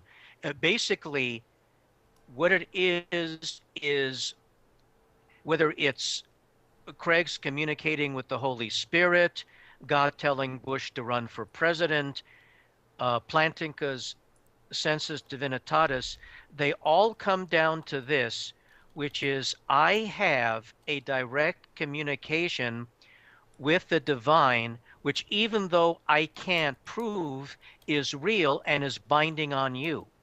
In no other context would we say that. If I walked into one of Craig's Christian seminars and said, Bill, I just got a communication from the alien forces that govern this earth, and I am now Emperor of the United States, and you guys have to stop this faulty worship and build me my castle now because I got a direct communication, they wouldn't believe me. So why should their claim of direct communication with the Holy Spirit be more credible than my claim of being the chosen one of the alien forces that govern this planet? There are no standards.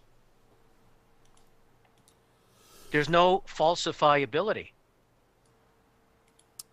Okay, guys. We have 10 minutes left, so final questions from the panel for Edward. What do you think of the modal ontological argument? Excuse me? Lundy got it. What do you think of Flanagan's? What do you think of Flanagan's modal ontological argument? I can't hear you. The Flanagan will what? Flanagan's modal ontological argument. Well, what I think about Plantinga is the professional philosophical community has given him an unjustified pass. I think for him, plain proper basicality, to claim that there is a mechanism of direct knowing, all without proof, is, in terms of analytic philosophy or any intellectual rigor, it's great.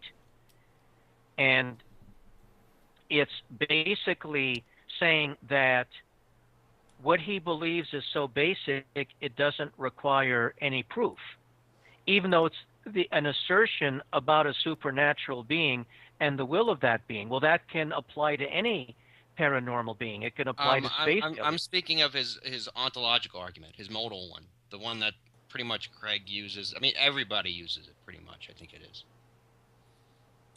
You're talking about the ontological argument? The modal. Yeah. The modal. The what? The modal ontological argument by Alvin Flanagan. Meaning, are you talking about the Anselmian ontological argument that the very fact that our minds can conceive of a great being of which no greater can be must mean he exists? Well, I mean, no. It's like this being, if he exists in a conceptual world, he exists necessarily possible in all possible worlds. Therefore, he exists in the real world. Therefore, God exists. I think that's the one, right? Well, first of all, how do we know that he can exist in all possible worlds? Just because he's necessarily possible doesn't make reality. No, but he's necessarily. God is defined as necessarily. That's the thing he does. Yeah, that's the problem. Well, he defines God yes, as but existing. But you see, what justifies epistemically saying he's necessarily possible? He may be possible, I guess but when not he says necessarily he's basic, possible. I guess when he says it's basic, Okay, that's what he goes back to our basicality. You see, then I'll say to Plantinga, okay, Alvin, prove he's properly basic, and he says I can't because you don't have the right mechanism. Once again, it comes down to the subjective claim. As I have the inside line to the divine and you don't, unless you have the same antenna that I do, you can't receive this information. Well, I could say the same thing about my space aliens. Basically, he is making an unempirical claim. He is saying that he has a subjective line. I mean, it's no different than some hippie coming down out of the Hollywood Hills, marching across the Sunset Boulevard, claiming that Jesus just told him to start a new cosmic religion and that all the beautiful young women have to follow him to the beach. There's no more proof of that than there is of proper basicality. I join that in a heartbeat. If I was a lesser ethical person, I might actually do that. Well, maybe it's because I'm a godless atheist. Maybe that's it. I just have one more question before we start closing up here. Matt Slick, you've debated Matt Slick in the tag argument. I'm having trouble hearing you again.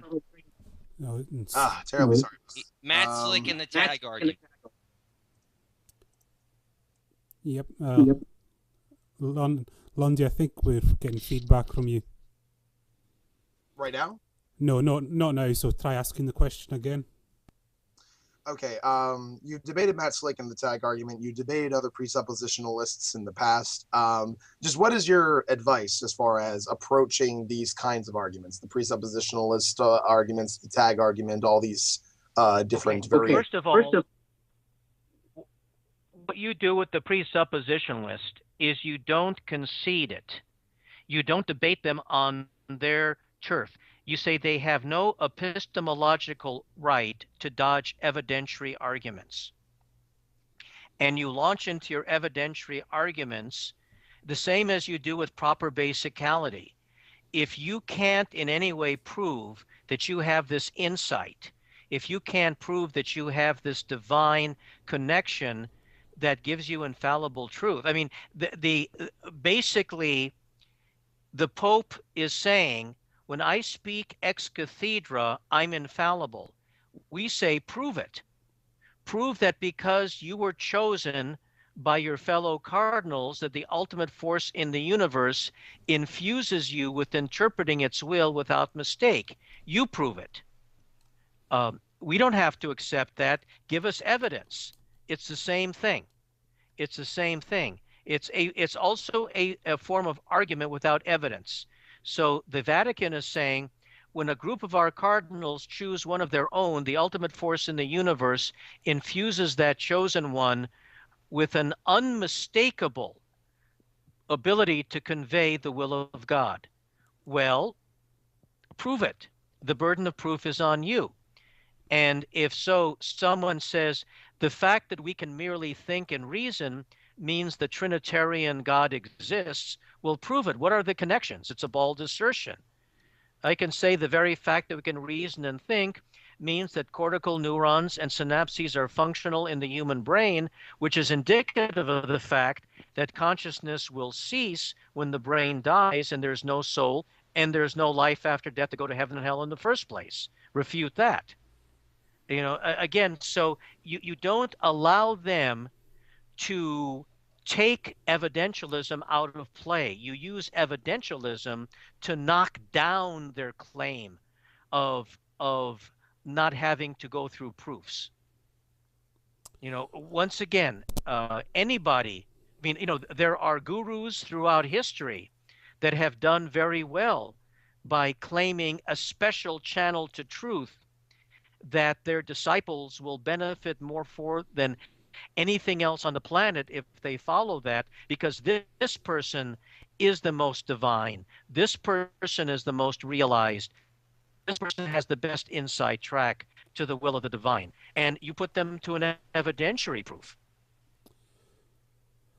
Okay. I think we can start to wrap things up here. So very quickly, Eddie, to close out, if there's anything you want to promote or any advice you want to give to our listeners, here's your soapbox. There is one, again, I want to emphasize, because it's very rare that I am privileged to address a somewhat European audience, and that is work in concert with each other to repeal your nation's blasphemy laws if they have them. Do not allow your governments to believe that any religion has special rights to silence its critics. If Muslims come to our countries, they must fit into our system of free expression and separation of government and religion. We don't have to modify for them or for anybody else. And if you're in Holland, work to repeal the blasphemy laws that still exist. If you're in England, do the same. If you're in any other country, work to repeal all laws that criminalize giving offense to religion. The marketplace of ideas is where all disputes must be hashed out. And no religion, no theological belief system has any special right to use the police power of the state to dodge criticism, ridicule, and doubt. Okay, everyone. Thank you very, very much to Edward for taking the time out and coming on to the show. It's been fascinating. It's been fantastic. Thank you to my co-host. Thank you to Sir Strife for coming in at the last minute to co-host with me. Yep. And wait, can I just note the show? Yep, you can shout out your own show, of course. The show is going to be on 7 o'clock p.m. Eastern Standard. So if you're in Britain, it'll be midnight. Next Saturday, we'll start doing a British time show, a British I guess, friendly. because there's an open slot. What? A British friendly show. Well, yeah, I guess. I mean, except I don't know what the British word for ghost would be, so I guess we should call it the Goost. The Goost. The Lying Goose show for the British. Okay, and as always, thank you, Lundy. Pleasure being here, as always. And Mortimer, thank you for coming along. Thanks. And we are back same time next week. We are back with our famous live ponage. We're looking at a question of origins. And then a week after that is our next guest, which is Dr. Stephen Law, who is the editor of the Royal Journal of Philosophy, which you can see Lundy's face there straight away. So thank you very much, everyone. Good night, and we'll see you all next week. Thank you very much. Later, everybody. Bye. To the claims of religious dogma is not appreciated in many parts of the country. Would you say this would possibly have to do with the period of time after the Civil War, though? Because that's what I've maybe noticed with American history, that the rise of the religious fundamentalist movements were like in the 1980s. I mean, 1890s. I mean, 1890s, like the beginning of the century. It may have. It may have. Thomas Jefferson predicted, unfortunately he was wrong, we'd be much better off, predicted that by 1830 everyone would be Unitarians in America. And of course that didn't that come didn't about. happen. No, that didn't happen. And you see, the Jefferson, Madison, and most of the framers were, of course, children of the European Enlightenment. And to them, what they were doing is they were taking it the next step by keeping religion a matter of conscience. If you look at the very sparse but still existing record of the debates in the first Congress on the First Amendment and the words of Madison, you can see that uppermost in the minds of the founders, prior to all other considerations, was the protection of the rights of conscience, irrespective of where that belief system led. Daniel Carroll, one of the original signers of the Declaration of Independence, in the debate in the House of Representatives on the First Amendment, said the rights of conscience are so delicate that they will little bear even the gentlest touch of governmental hand. And then in 1821, years after Jefferson and Madison got the 1786 Bill for Religious Liberty through the Virginia legislature, and this is the most telling of all. So many years later, Jefferson exulted in his autobiography that the bill that he and Madison pushed through the Virginia legislature 3 years before the First Amendment was even drafted, 3.5 years, that there were efforts to restrict its protections only to Christian sects, but that the final result, in Jefferson's words, were that he and Madison were able to protect the infidel of every denomination. And then when you look at the original Constitution of 1787, even before the Bill of Rights, that had only one reference to religion, a negative one, Article 6, Clause 3, prohibiting any religious test for public office. The intent is clear. Also, and this is the most important, and I want particularly the people listening in Europe to understand this, the First Amendment and the Bill of Rights is a minority protection document. What it says is it doesn't matter if 99% of the people want to do something, they cannot encroach on the rights of the 1%. And this is how, from the free speech area, we're able to say, regardless of how offensive, regardless of how unpopular a form of expression is, mere offensiveness or revulsion by an overwhelming majority does not allow for its banning. You can't have, I guess, for example, in Europe would be the best example, would be like you can't have a totalitarian regime kind of thing, right? Well, it's not just totalitarianism, it's there's specific things government can't do. And replaced elderly Justice Ginsburg, for the first time ever, we would have 5 justices to adopt Scalia's view that the devout atheist is not protected by the Constitution. So this is the unique technical aspect of whether or not America is a secular democracy or has theocratic elements to its government. Okay, just going to very quickly introduce Mortimer. Hi everyone, can you hear me? Yeah, we can hear you loud and clear. There Great. was sort of a kind of question related to that. It's from Polly Chaser, who's in the Netherlands. And they're basically asking, why do you feel that the case is in America that so many people believe the country is founded as a Christian nation? That's an excellent question. And I think it's very important that someone from one of the most socially liberal nations asked that question. And this also points out a problem even with liberal countries, which I will get to. Right now, the Netherlands is having a problem. It's not just a problem with the religious right, but also countries that have a leftist social orientation frequently bend over backwards to protect religion. I mean, Ayaan Hirsi Ali had to leave Holland because of the Muslim outcry, and now, even after the murder of filmmaker Theo van Gogh, there's a blasphemy law in Holland that makes it illegal to insult Islam, and this is not tolerable.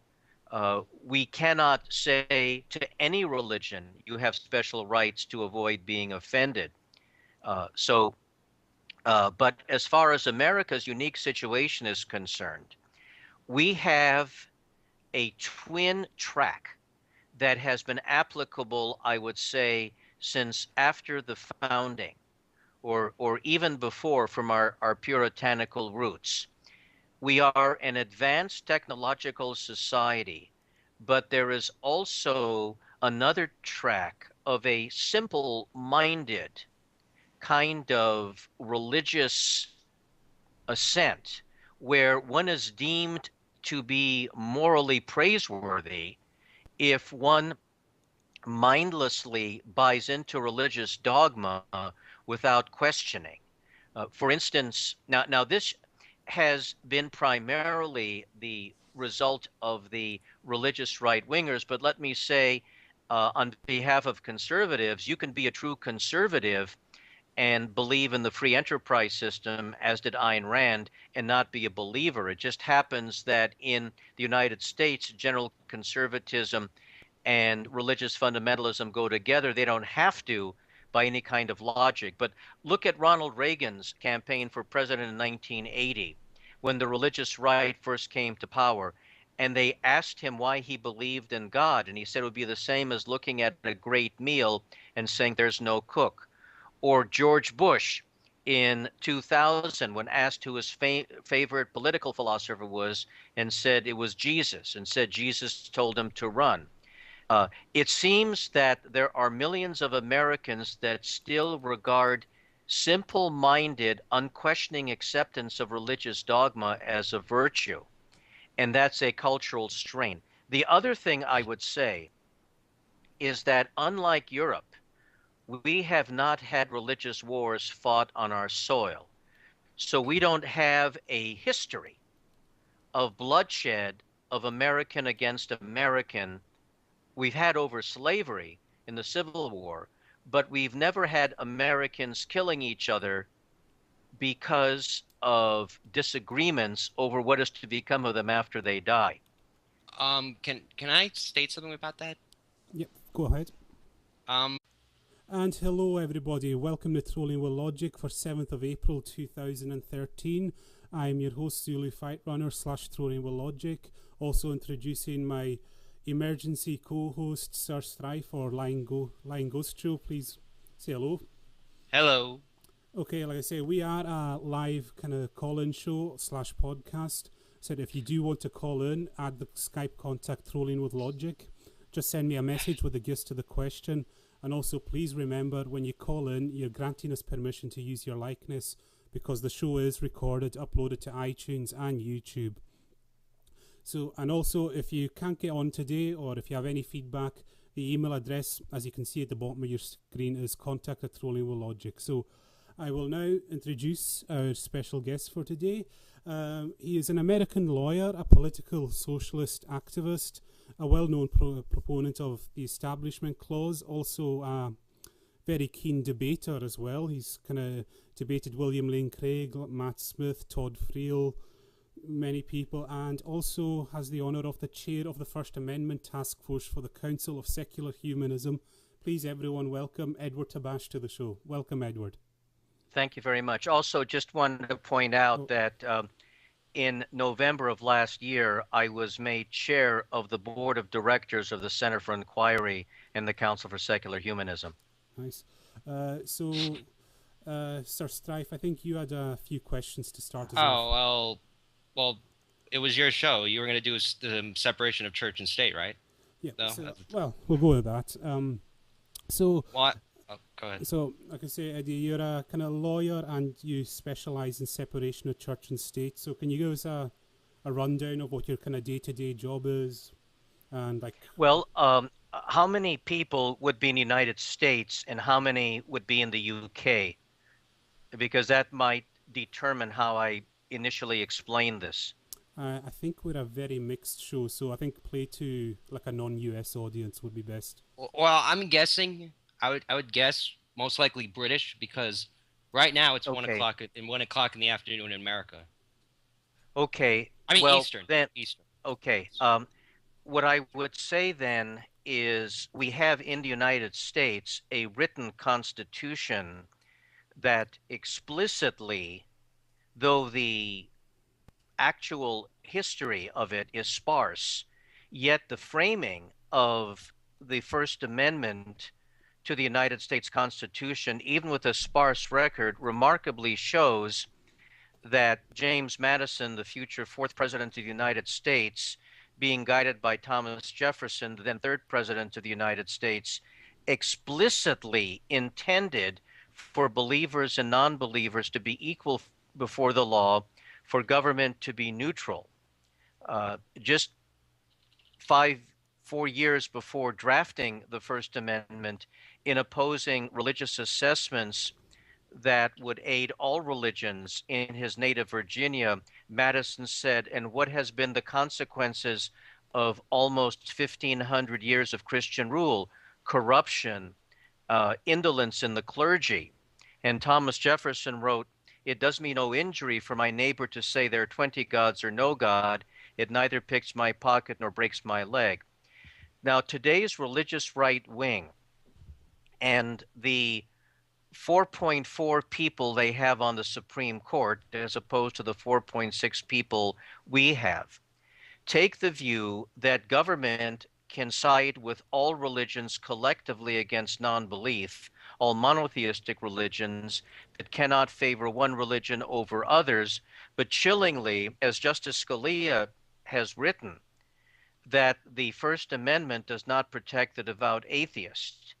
And even more extreme is Justice Clarence Thomas, who takes the view that each of the 50 states should be free to have their own official religion. Now, in contrast to this, we show that the final wording, no law respecting an establishment of religion, means no law even showing respect to an establishment of religion.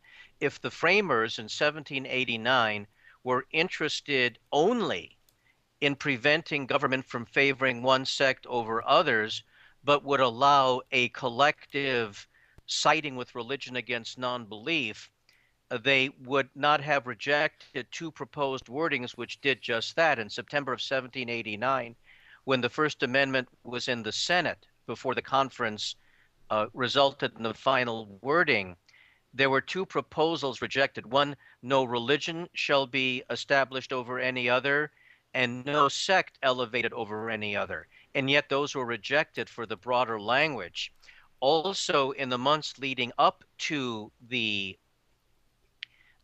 drafting of the First Amendment, Madison wrote to Jefferson his fear that the majority would narrow the rights of conscience if given the chance and would deny infidels the right to hold office.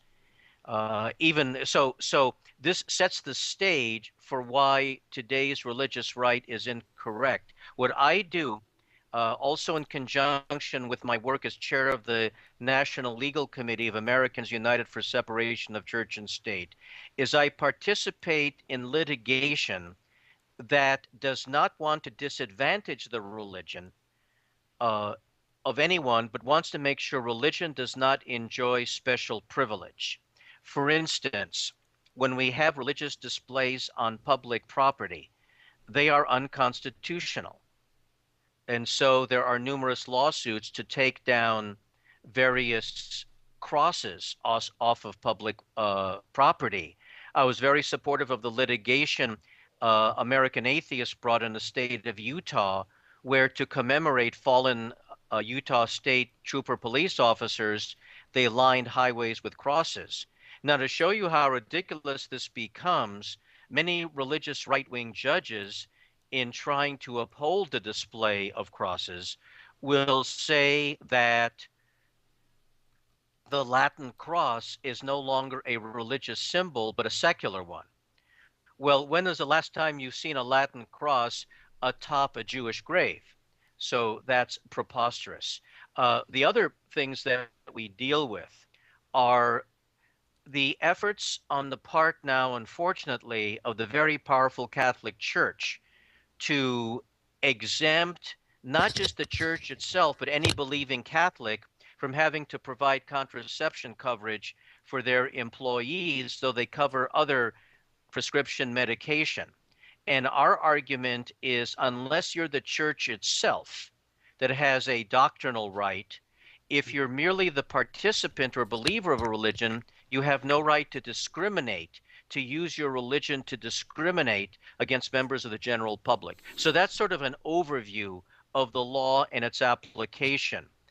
Another reason that I was so fervently involved in the president's reelection campaign is whether there is church-state separation in America depends exclusively on who sits on the Supreme Court.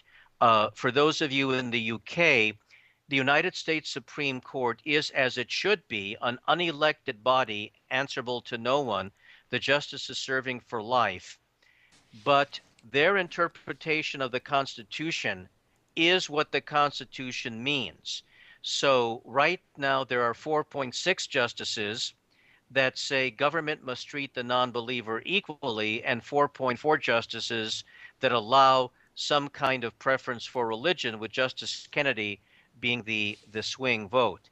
So had Romney won... Well, I guess you could say the thing about slavery was kind of a religious thing, because they both used passages from the Bible to try to say our side is right and your side is wrong. They tried to do that, the religious fundamentalists on both sides. Yeah, we see there's a difference between religious people each trying to use a religious text to justify something, and people killing each other on the same soil because they disagree over which religion is true. But it's not, no, but it's the same religion they're disagreeing on. They're disagreeing on what it says. Right. But they're disagreeing on what it said, but that's not the same as which religion should the government favor. You see, the fight we're having you see, the fight we're having on church-state separation is which religion the government should favor, and should religion generally be able to trump other law, and should law... The ultimate question of church-state separation in the United States comes down to this: should any law be permissibly grounded in religion? Well, I mean, I was just replying to the statement you said that because Europe had religious wars and the United States didn't. That's kind of what I was replying to. But the Civil War was not a religious war. No. There may have been components of motivation. Yes. That's what I'm trying to say. But it didn't compare to decades of Protestants and Catholics slaughtering each other. Well, that happened after the Articles of Confederation were made. It happened, the Protestants and the Catholics were killing each other again. Yes, but I'm just saying that the Civil War was not known as sect versus sect. Yes, so the unique European experience had for centuries been sect versus sect, and also the religious persecutions. On American soil, we didn't have an Inquisition. Would you say Salem would be closest? Salem, but you see, Salem would be close, but that unfortunately, that was not society versus society. Salem, unfortunately, was everybody in the government favoring the persecution of these women. Yeah, so it's the society against its own people. It was society against its own people, but it wasn't a war. It wasn't the supposed Inquisition. The Inquisition wasn't like a war. It was more of a persecution of... It was a persecution, but it had widespread support across many nations. And now I would say this, though, that the Salem persecutions do have a residue today in the demonization of today's religious right of persons who live differently.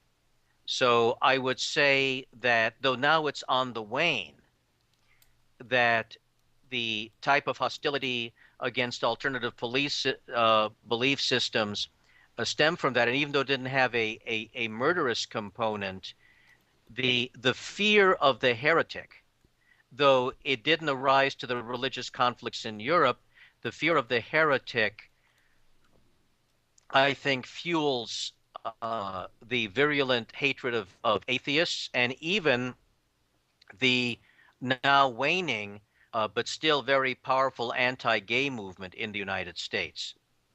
But the most important point is that America historically and through the present day has had this twin track of technological involvements, and at the same time a kind of backward religious fundamentalism where the application of intellectual rigor